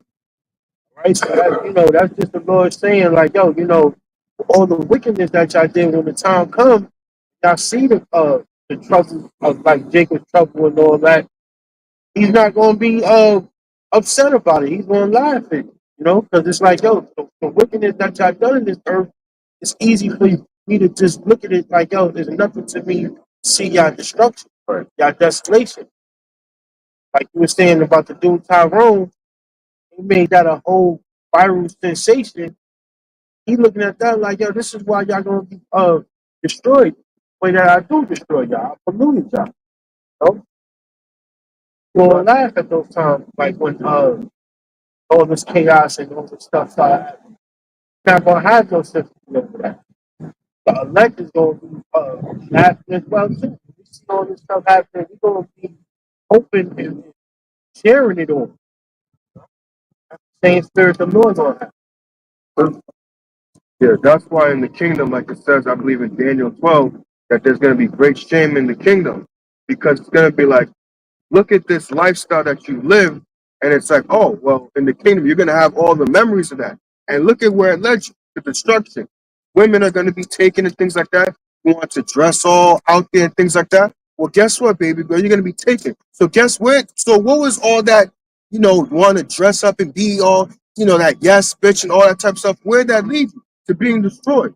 Men that want to commit adultery and things like that. Where'd that lead you? To being destroyed. All this lifestyle. Like I gotta say, but the homosexuals type stuff. People are gonna remember that in the thing. Our people, men are gonna remember, like, yo, I was doing that nastiness. I had another man's thing up my backside. You're gonna have to remember these things. In the kingdom, you see, right now, people have their head up high, like, oh, that I'm, this type of dude. I take it up the backside. But in the kingdom, it's not gonna be like that. Slocky, I'm not trying to be funny, but like in the kingdom, they're gonna have their head down, like, yo, like. That's what you're gonna remember for, like the shit that you did, like the dumb shit. The elect are gonna be remembered, like it says in Second Ezra, for those that stood so stiffly for the name of the Lord for righteousness. But you, this was the fuck you did, a whole bunch of bullshit, and look where it led you, to destruction. So is all this, freedom and all this ability to do iniquity and sin. Where did that lead you? How is this fun? How is this anything at all? Attitude, different. So like, or even they're gonna be hella, Oh yeah, at the bottom. yeah, they're gonna be like, eh, God damn, I did all that. Where did it lead? Like for nothing. And They're gonna have baby all the time. Oh man, I Damn. got a quick precept to back up Shalamar's point right there. I think it's Like the world. Yeah, it's dreams and shit, yo. I got a quick precept to back up the brother. This is the book of Daniel, chapter 12, and verse 2. It says, and many of them that sleep in the dust of the earth shall awake, some to everlasting life, and some to shame and everlasting contempt. Right? When you go into that in the NLT, it says, many of those whose bodies lie dead and buried will rise up. And the apostle Paul actually talks about that. All right. Lord is bad. Now people can't remember their wickedness they do in the past life and live prideful, but in the kingdom they go and remember it all and have peace, but be shameful. That's the spirit. That's why we bring out this precept. That's beautiful, and that's crazy. And that's and the Lord is bad. The Lord He's going to recompense your evil upon your head, even in the kingdom where you have peace and you don't got to be worried about the curses. Your conscience is still going to be troubled. You know what I'm saying? And that's part of the reward of being a 2/3. You took pride in such wickedness on this side, and you discounted the life of the Lord and his sacrifices. You discounted it as nothing. So of course he's gonna have to, do something to you, not physically, but in the spirit. You gonna have that conscience of damn, like damn, I feel messed up. After all this wickedness you did, after all this denial, right? Did not the Lord say, if you deny him in the midst of men, he's going to deny you in the front of his Father, right? And the angels, right? So when you get into the kingdom, you're gonna be getting all these blessings, but you're gonna feel unworthy. You know what I'm saying? That's a terrible feeling that damn, I'm supposed to be literally destroyed for this, but here I am getting rewarded. Like, damn, Lord, like the water, like damn, I don't even feel worthy to even be in your presence. Like, oh my God. When they look at the elect, they're gonna be like, oh shit, like these men were out there telling me these things I should repent. I had a chance, I could have repented. Why? Like, you know, you always gonna feel that type of way. You know, you gonna be in a high level, you're gonna be highly esteemed, but deep down you're gonna feel like, oh man, when you by yourself, you always gonna think about that shit, like, oh wow, that was me in the past. Damn, oh man, damn, bro. You know? So when you read that in the NLT, it says, many of those whose bodies lie dead and buried will rise up, some to everlasting life, and some to shame and everlasting disgrace. Right? So going back to that point, you always gonna go back to your past life, especially here in Babylon, because this was the worst of our captivities. All right, this was the lowest, all right, that Jake has ever been in. All right, we want to talk about not knowing who you are, not even acknowledging the laws. At least when you went to these other nations, I mean these other captivities and empires, we at least kept some sense of ourselves, right? We kept some of our customs, you know. But now Jake is at a whole nother level where they come against the prophets who are trying to bring you back to your lineage, right? You got dudes who come up and they sound worse than Edomites. It's like, damn, you niggas don't want the kingdom? What the hell's wrong with you? See, and that's why, hey, going back to the point you made about Jeremiah, you strive and strive and strive to a point where you just say, nah, fuck this. There is no, even the Lord said it. Why should you be stricken anymore? You got the Lord to that point. You know you ain't gonna make it. You know, the Heavenly Father says, "What the hell? Why would I even keep beating you up? You know you're not gonna listen. You're that disobedient child that even with how many stripes, you still gonna go back and do worse than the reason why I punished you in the first place. You niggas is off. You wicked as all hell, man. Right? And that's why the only way you gonna make it is by getting destroyed on this side, and then you get cleansed and you come back in the kingdom. Okay, so you can learn the customs from a child growing up. You can learn it basics, and then you grow, and then you finally get the point of righteousness. This is why you don't do what you did. You see, you gonna get it, but it's gonna be by way of what? Pain and death. All right, as it says in the book of Second Ezra, I believe the 9th chapter. All right, you shall know it after pain by death, man, and that's just what it is. Okay, but that disgrace is gonna be everlasting. It's always gonna be in your mind because you're gonna live forever. You're not gonna die and get away with it. No, you're gonna live forever. You know, but during your forever life, it's always gonna come back. Every now and again, it's gonna come back because you're still a human being, right? You're extraterrestrial, but you're still a human being. Now you get to remember your past lives. Oof, that's gonna suck, man. Glad we ain't, hey, Dwadiya Bashim Yahushai, that he chose us to come and serve him. Yeah, at least we're gonna know, hey, Lord, hey, we served you, Lord, hey, you know. You know, but you got it, bro.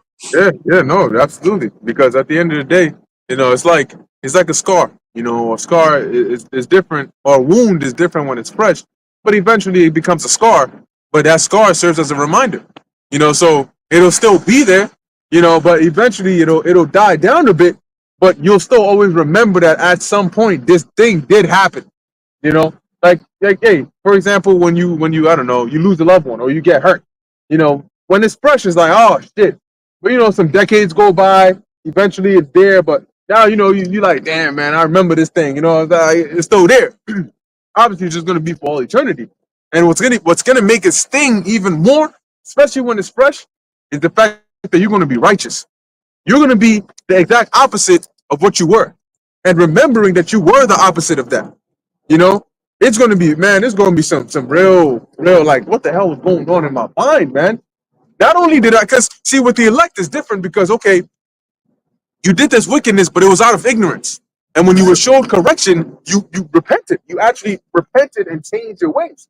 You know, so even when you think about the bad you did in your past, you know, you can counteract that a little bit with the good you're doing now, right? To say like, all right, hey, but I can focus on what I'm doing now. For the non-elect, the wicked of our people, what do you look to counteract all that negative? You know, okay, I'm in the kingdom now, but at what point did I redeem myself? I didn't go through any redemption. I did wickedness. I didn't correct the wickedness. I just stayed in that shit, and then the Lord had mercy. If it wasn't for the Lord's mercy, I wouldn't be here. So I'm only here because of the Lord's mercy. And that's one of them things where you feel, you know, you feel like almost like unworthy. We're all gonna feel unworthy, but this is a different kind of unworthy. You know, this is I didn't even try.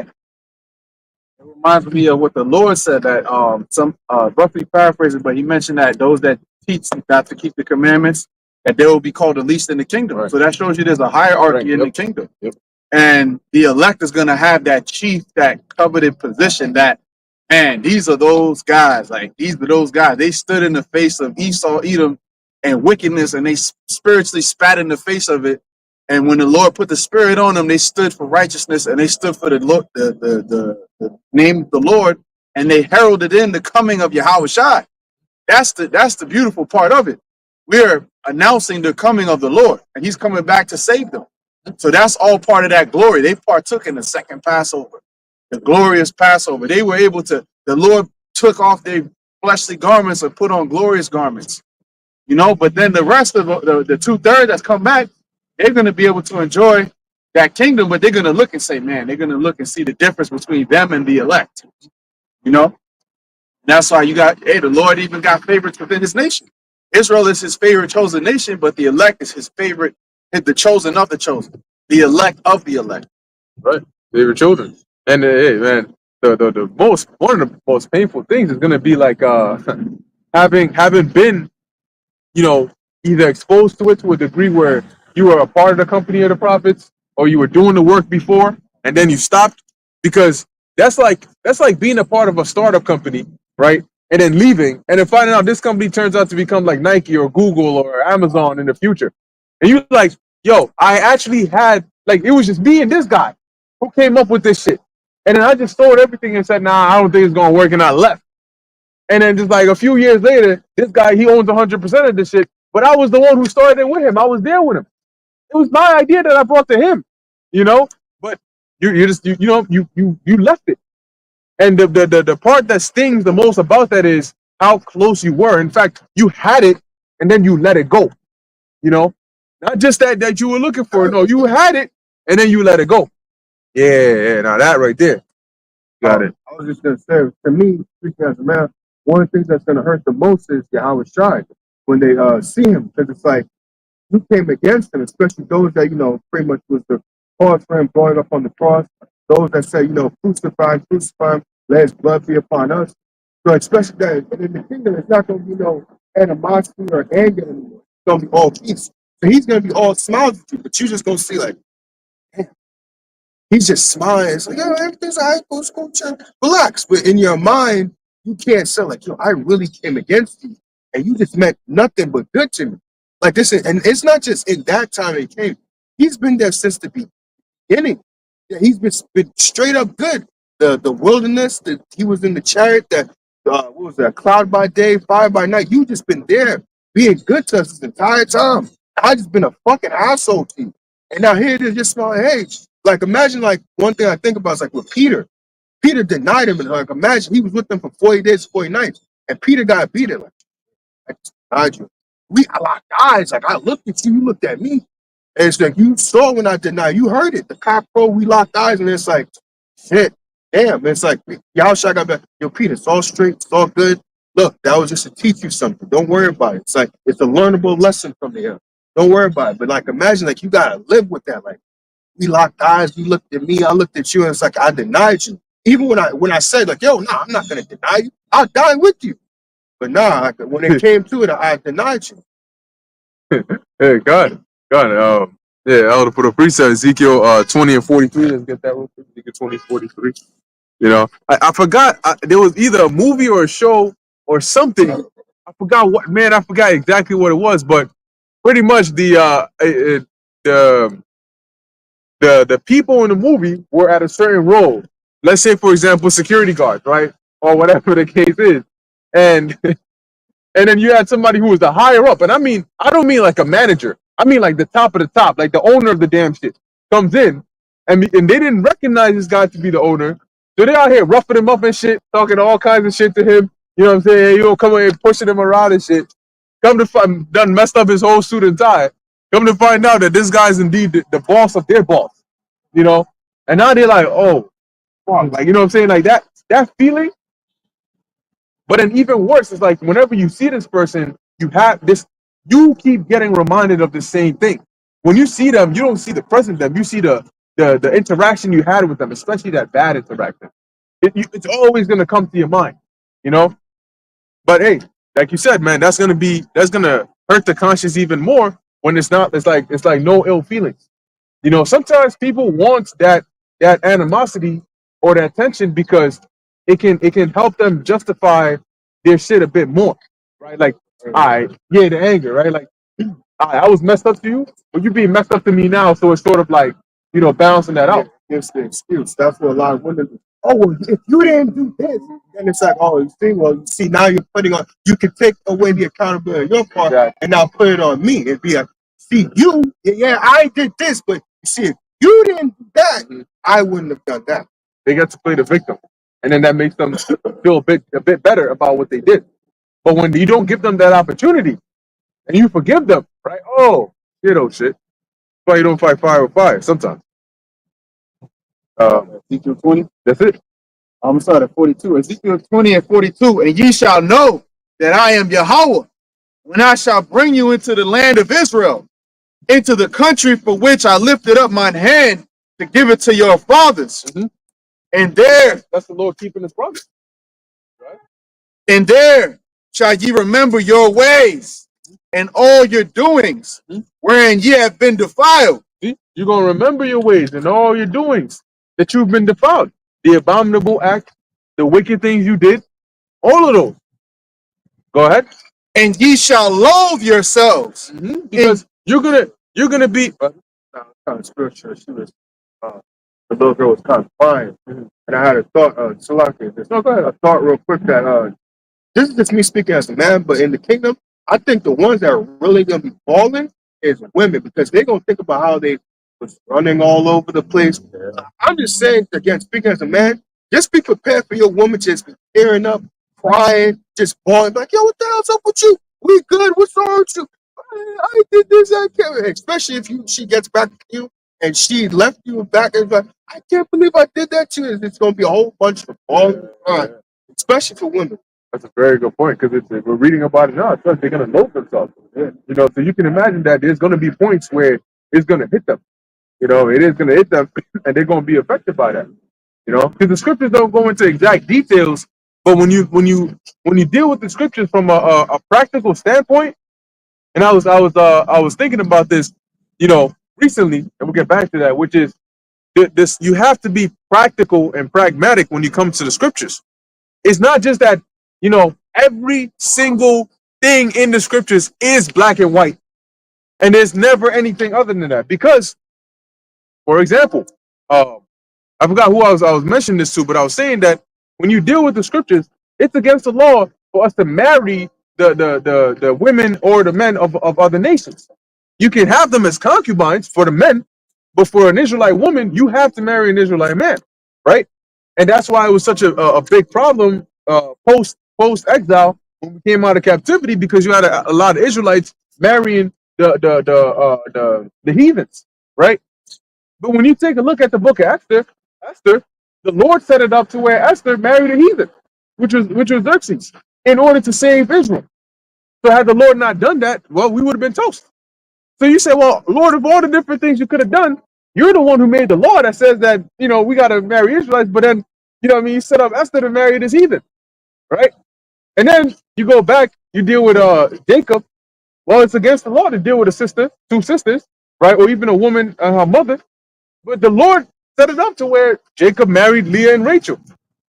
So you got to be practical when it comes down to the scriptures because it's about real life. Nobody here, and I'm gonna just keep it at, in this generation has ever done every single thing by the books. Nope. You have cut corners at some way, some point in your life. Nobody has been perfect at keeping everything by the books. It doesn't work that way. We're humans, right? You make human error, whether it's out of fear, whether it's out of, long-term consideration. Look, when you go for a job, for example, you actually practice the skill of not being exactly truthful about yourself. That's where they say you sell yourself. Wasn't it Aharon that mentioned that? What? You mentioned the story. Was it him that mentioned about you gotta pretty much lie? Yeah. I think it was him. Yeah, you got to learn to lie. So, okay. Huh? Let's go with the you went in the first time. Yeah, I think it was online. Yes. He did say that. He said he went and told him the full true stuff about it. They didn't hire his ass, and then he came back and told her, I remember it was your coworker. Yeah, he came back and said some random BS, and they they gave it to him. Then he came back and said, yo, y'all full of shit. You know what I'm saying? I could come and tell you a complete lie, and you gonna hire me. That's the whole point.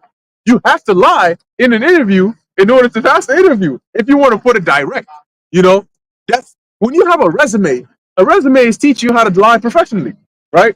Okay, you freaking, I don't know.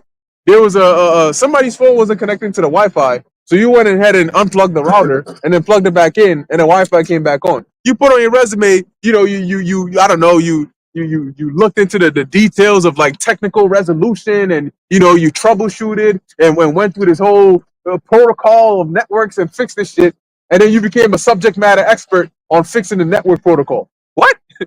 You gonna plug the router and plug that shit back in? Well, you're not gonna say that in the interview. So in your whole life, you learn to like sort of, you know, cut corners here and there, and that's called being practical. That's life. Use particular words. I assess the situation. Right. Hey, that shit.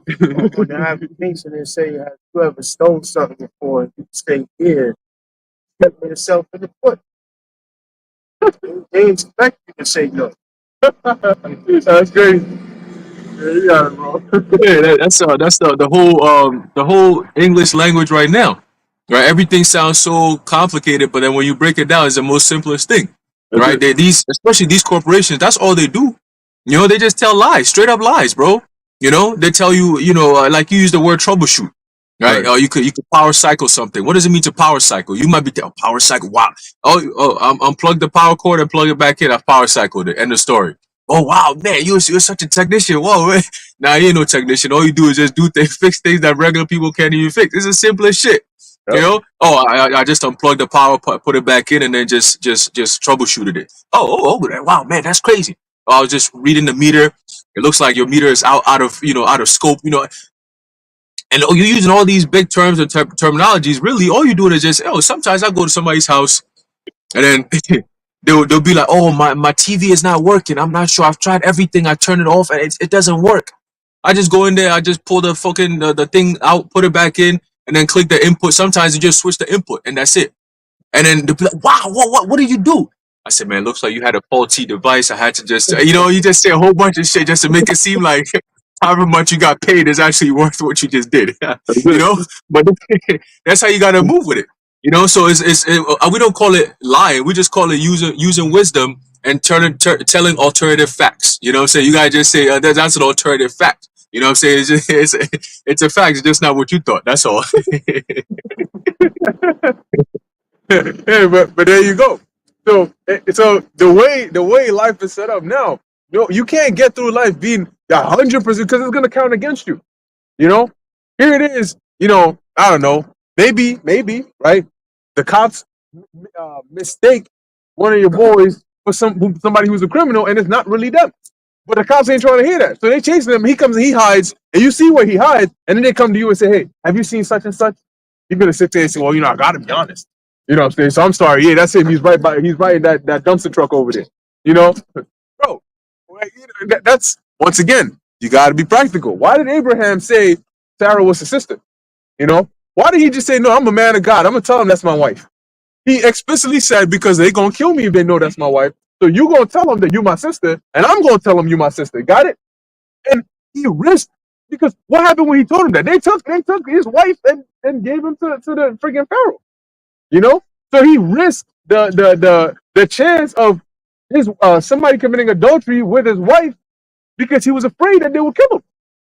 Once again, he is a man. He was being practical. Obviously, the Lord stepped in. Yeah, that Pharaoh got all kinds. Now you can imagine, right? This guy is because you can imagine how good Sarah looked to the point where they said, no, we gotta take her to the guy. Pharaoh all happy and shit. You know what I'm saying? His Hamite black ass. You know, Hamites, they're, as Apostle Gabar says, well endowed. You know what I'm saying? So this nigga come on with his robe and shit, he all ready and shit. You know what I'm saying? There's an angel over there, like, what the fuck this nigga think he going? You know? Pull your shit back up, nigga. That's somebody's wife right there. Hey! That's somebody's wife. I done thought about all the things I'm gonna do with this baby oil. Come to find out that's somebody's wife. You know what I'm saying? Anyway. There's another, if I may, there's another example of that when Jehu lied to the worshippers of Baal. But the scripture says, "Thou shalt not lie." But he used righteous guile. So can you lie to heathens? Yeah. Yeah. You don't lie to brothers, but you can lie to a heathen or somebody wherever you at. You know, you use guile. You know, like when my family be asking, "Oh, where you at on Saturday, man?" I go to work. I ain't lying. Yeah. Technically, I'm not lying, That's it. but I ain't giving you the whole truth because I don't have to. That's it. You omit certain parts. Yeah. Hey, David lied to the priest. He told him, he said, I'm on a mission. Give me the sword and let me get some of that showbread. Hold on. Showbread. Now you know you ain't supposed to be touching that now. But he did. But he had the scripture say that he was a man after the Most High's heart. So was he supposed to let him and his men starve? I was like, well, hey, I'm sorry, bros, but you know it's showbread. You can't touch that unless you're a priest. You know, once again, you gotta be practical with it. You know? Hey, what about Oh, go ahead. Go ahead. yeah? What about David and Jonathan conspiring with their plans when it came to Saul, right? When Saul was sitting there at the table, he was asking Jonathan, "So where's that young lad? Where's David at today?" He said, "Oh, he went back to his parents. It was a new moon. They got their own thing going on, so he had to go back." He's like, okay, all right, all right, we'll see. And then that was all a test, a test to see, what kind of spirit Saul got right now? Is he still in that hasty spirit to take your life, or is he calmed down from all that bullshit he was on? So they had a plan going on, right? You're gonna say, oh, that's King David, the man after the Most High's heart, he was lying. Well, he had to, he had to come up with a plan to make sure that his life was preserved along with Jonathan. But I had a quick precept to bring up what you mentioned about Abraham and Sarah, right? That account real quick. This is the book of Genesis chapter 20 verse 1. It says, "And Abraham journeyed from thence toward the south country and dwelt between Kadesh and Shur, and journeyed to Gerar. And Abraham said to Sarah his wife, She is my sister. And Abimelech king of Gerar sent and took Sarah.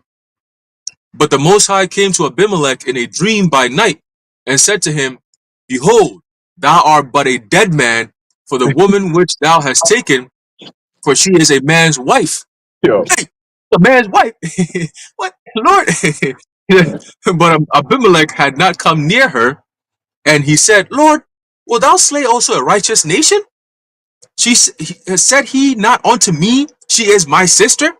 And she herself said, He is my brother.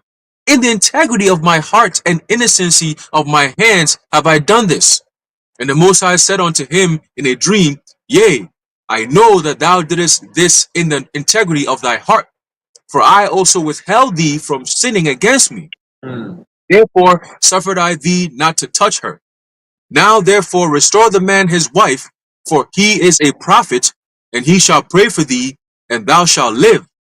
And if thou restore her not, know that thou shalt surely die, thou and all that are thine. Therefore Abimelech rose early in the morning and called all his servants and told all these things in their ears, and the men were sore afraid. Then Abimelech called Abraham and said unto him, What have I done unto us? And what have I offended thee, that thou hast brought on me and my kingdom a great sin? Thou hast done deeds unto me that ought not to be done. So he said, he said, you don't do that, bro. Don't do shit like that. You almost had us all fucked up. You told me that's your sister, bro. That's your wife. Go take her, please. You guys are good. You go ahead. Do your thing. Abraham, he used wisdom, but then the Lord stepped in, like you said. The Lord stepped in and helped him out. In that case, what? Tell me, if you any brother in this situation, you gonna stand and be like, "Oh yeah, that's my wife." Yeah, bro. You know what I'm saying? No, you gonna do exactly what Abraham did. Some brothers might even just say, "Yo, listen, sir, we ain't even coming through here. We're not even passing by. Yeah, I'm not even trying to deal with all this." But you got to use wisdom. That's why the Lord gave us wisdom. Hey, we're Jacob. What do? We supplant, right? That's all we do. We supplant left and right. Jake gonna say some crazy shit and then have you thinking some other shit and then whoop, he out of there with your shit, right? He did it with Esau. Now Esau's still tight till today. They can keep getting tight. Then you ain't getting no blessings back, bitch. You got it, bro. That's it. I ain't giving up my wife though. Shit. But anyway, let's keep going on that. Where we at? Ezekiel 20. 20. That's it. Ezekiel 20 and 43. And there shall ye remember your ways and all your doings wherein ye have been defiled. Mhm. And ye shall loathe yourselves in your own sight for all your evils that ye have committed. Yeah, so coming back to the point, right? They're gonna remember these things. And it's gonna be like a self-inflicted wound because the Lord is not gonna be on you like, with a whipping your back and shit. Sometimes the non-physical discipline or punishment hurts more than the physical punishment. Now remember, sometimes you a kid, you do something wrong, and you expect that, okay, I'm gonna get an ass whooping, but I'll rather just take the ass whooping and then call it a day and then be good. Versus, okay, you're grounded, but now on top of that, your parents are disappointed in you. They're barely even talking to you, and now it's like almost like you're being shunned. And you know damn well you better not even ask for shit. Don't even open your mouth to say, "Oh, can I have this?" No, nope. You come, you go upstairs, you do your homework, you read, you eat, you go to sleep. You would rather take the ass whooping, and then everybody goes back to normal. So in this case, they're gonna have that on them. Like, yo, I used to. Not only did I used to commit adultery, but that was my shit. I didn't want single women. I wanted married women. What the what? Like, and you're gonna have that's gonna be fresh in your mind. Like, yo, you were home records. Women, not just men, but women. You set men up that they would be put to death. You rob people. Imagine the mothers that kill their own children, and you remember that you murdered your own child. Yeah, you ate your own child. You were so mad at this guy that you went and killed your own children and recorded it and sent it to him. Like, all this shit, you were making your child suffer because of it. All this wickedness, because it's not just adultery, it's not just murder. There's all different kinds of wickedness that people do. And now you're gonna be in your right mind because the demons are gonna be off you. And then you're going to be like, yo, I was a real messed up individual. I should be under the earth right now. And yet, look at the mercy that the Lord has had. Look at where I'm at. So it's going to take some time, but, eventually, right? Eventually, the Lord is going to subside. It's going to subside. It'll be there, but it'll subside. That was it on that? One more verse. All right. And ye shall know that I am Yahweh when I have wrought with you for my name's sake, not according to your wicked ways. You hear that? So the Lord is saying, I dealt with you for my name's sake. Not according to, because if it was according to your wicked ways, ain't none of you would be here. The scripture says, if the Lord was to count iniquity, who shall stand? Because all have sinned and fall short of the glory of the Lord. None of us are perfect. And we're not getting this. I always say this. It's like when a dude deals with a chick, like in a genuine sense, sometimes it's not even anything that she has done. When you see a chick and you like, yo, she's fine as hell, you go and deal with her, not because you don't know if she's rich, you don't know if she's poor, you don't know what personality she has, right? But it's about what you feel for her. Not what she could do for you, but what you feel for her. And that's how the Lord deals with us. You're not getting X, Y, and Z because you're this super special spirit. The Lord just happened to choose you because he wanted to choose you.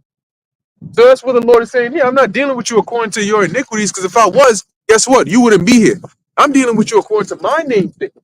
Because how would that look on me if the nation that I chose, that I dealt with for this whole entire time, the scriptures are written about this nation. I've always claimed I put my name in this nation. These are my people. I'm their God. I'm now nobody else's God but theirs. And all of a sudden, I just destroy all y'all. I mean, that's not going to look too good on me, right? And I care about my name. Plus, I'm a man that I don't repent. So if I promise, like, how would it look for the Most High to say that he's a man that doesn't repent, right? He's not a man that he should lie, but then he makes a promise to Abraham and then he doesn't keep it by destroying all Abraham's descendants. Go ahead. Nor according to your corrupt doing, O ye house of Israel, saith the Lord Yahweh.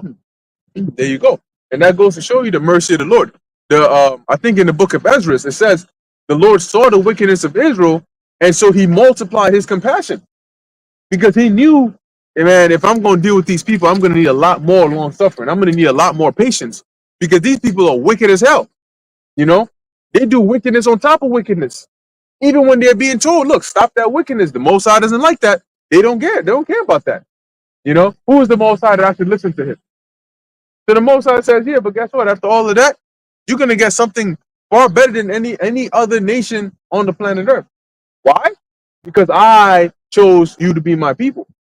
Because I locked that agreement in place in the beginning, right? Predestination. Because if I didn't do it then, I would have never done it. If I was waiting to evaluate you and then give you a reward based on that, guess what? The world, the earth wouldn't even exist anymore. You know, imagine how many times the Lord would have had to destroy the earth and we make it. I mean, it's always about the remnant. The Lord Yeah. dealing with his elect too. Shoot upon earth. Because it was for Abraham's sake, the elect.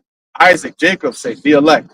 The prophets of old, Isaiah, Hezekiah, they prayed to the Lord and the Lord delivers them from the Assyrians. So it's always the remnant, and the 2/3 kind of just benefited and ride the coattails of them. But now the Lord's going to make it like the first Passover, the 2/3, they came in too. The wicked ass niggas that you see now, they was over there. They went through the ocean, man, or the Red Sea. All right.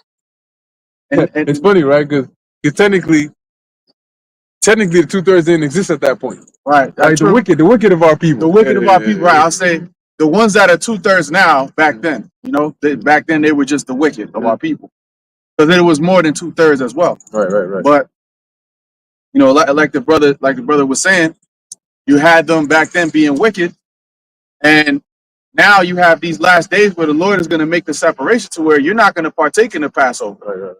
You're not going to partake in that deliverance. You know, you're not going to be able to just say, "Oh, I'm an Israelite too" at the last second, Right. and just slide in along with the rest of the elect. The elect is the one. Now the Lord is going to make that separation. Got anything else? No, I was just gonna add because of the point you made with the love that a man has for a woman. Isn't the English language so funny? Brothers, got anything else? No. And then you go ahead and guess I know. I was messing with you. You got it, bro. This is 2 Ezra 5 and verse 4. I'm gonna just hit the point. Then said he unto me, like as thou canst do none of these things that I have spoken of, even so canst thou not find out my judgment, or in the end the love that I have promised unto my people. So just like you were going into it, like how it's like, yo, why are you so on that chick? She ain't on that. Yeah. But it's like his love that he has for it's not per se her personality. It's just the love that he has for her. It's just something he has for. It can't be explained. Rock it up. But it's the same thing with them. It's like, yo, they've done everything to you. They served this guy. They done this even since the beginning, since the wilderness. The minute Moses dipped, they done serving Baal. They made talk to Aaron and all this type of stuff. Why are you still messing with them? You don't think Esau probably says that? You know, the accuser that birth. Why are you still messing with them? They still doing all this type. They worse today than they was back then. How are you still messing with them? I don't understand this. But hey, you can't understand the love that the Heavenly Father has for his people, beginning with the elect. It says no man knoweth the way between a man and his mate. So dude to get cheated. I mean, dude that his first love can freaking have a baby with somebody else. You know what I'm saying? And do all manner of wickedness and then die. And the dude will still remember her. Crazy. Go ahead. Yeah, I got a precept real quick to sum up basically what Shalomar said and what your brothers also mentioned. This is the book of Exodus, chapter 32, start off at verse 7. It says, And the Lord Yahweh said unto Moses, Go, get thee down, for thy people, which thou broughtest out of the land of Egypt, have corrupted themselves. And this is when they had built the golden calf, and they made offerings, and they rose up to play. You're wicked ass niggas, man. All right. It says, they have turned aside quickly out of the way which I commanded them. They have made them a molten calf, and have worshipped it, and have sacrificed thereunto, and said, These be thy gods, O Israel, which have brought thee up out of the land of Egypt. Ah, that's annoying as hell, man. It says, And the Lord Yahweh said unto Moses, I have seen this people, and behold, it is a stiff-necked people.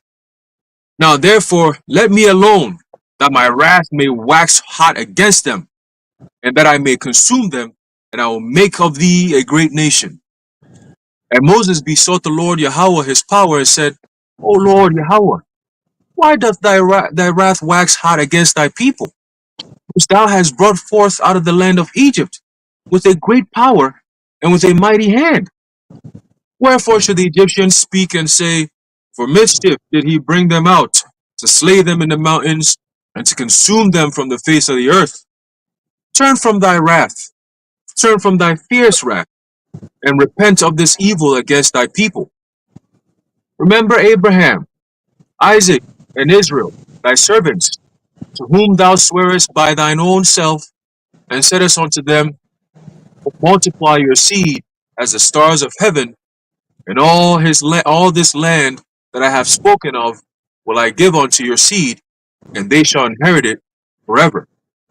And the Lord Yahweh repented of the evil which he thought to do unto his people.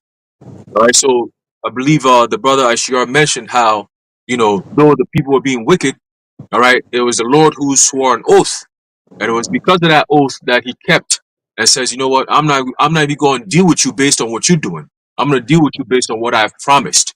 All right, you're still going to get that punishment. The wicked of you people, you're still going to get that ass whooping. All right, but I will still follow through with that promise that I made unto your forefathers. All right, and you're going to inherit that land eventually. All right, so hey, like you said, a man and a woman. It's not really about what the woman is doing or what she's done in her past. Once the man says, "Yo, you mine," she could say, "Oh, but I was doing this, and oh man, I can't believe I used to do all this, and you're still gonna love me because of yeah." No, it's not about that. I like you, and that's the end of it. And the same thing with the heavenly Father. All right, Deuteronomy 7:6. I have chosen thee and made thee what a people unto me. All right, you are my people, and that's the end of it. Right? All this wickedness, Jake be doing the most wickedest, outlandish shit, but they're still the Lord's people because He chose us, and that's the end of it. All right, you bros got it. Yeah, hey, and that's a man of his word, right? Like the Lord said, I'll deal with you according to my word. I'm not a man of your actions, I'm a man of my word, right? And that's something that sounds trivial, but it's actually very hard to do. A lot of people are very quick to go back on their word based on the actions of somebody else. You promise to do good to somebody, you end up doing bad, you say, F it, I'm not doing it no more. Shouldn't have given me a word then. No. Anyway, brother got anything else? All right. So beautiful, beautiful. We're gonna end it off here. Lord willing, that was edifying to the elect. In closing, we want to give all praises, honor, and glory to Yahweh. Yahweh, Bahasham, Yahushua, Bahasham, Bahadash. Until next time, Shalom. Shalom to the elect. Yahweh, Bahasham, Yahushua, Rakatham to you brothers. Shalom. Shalom.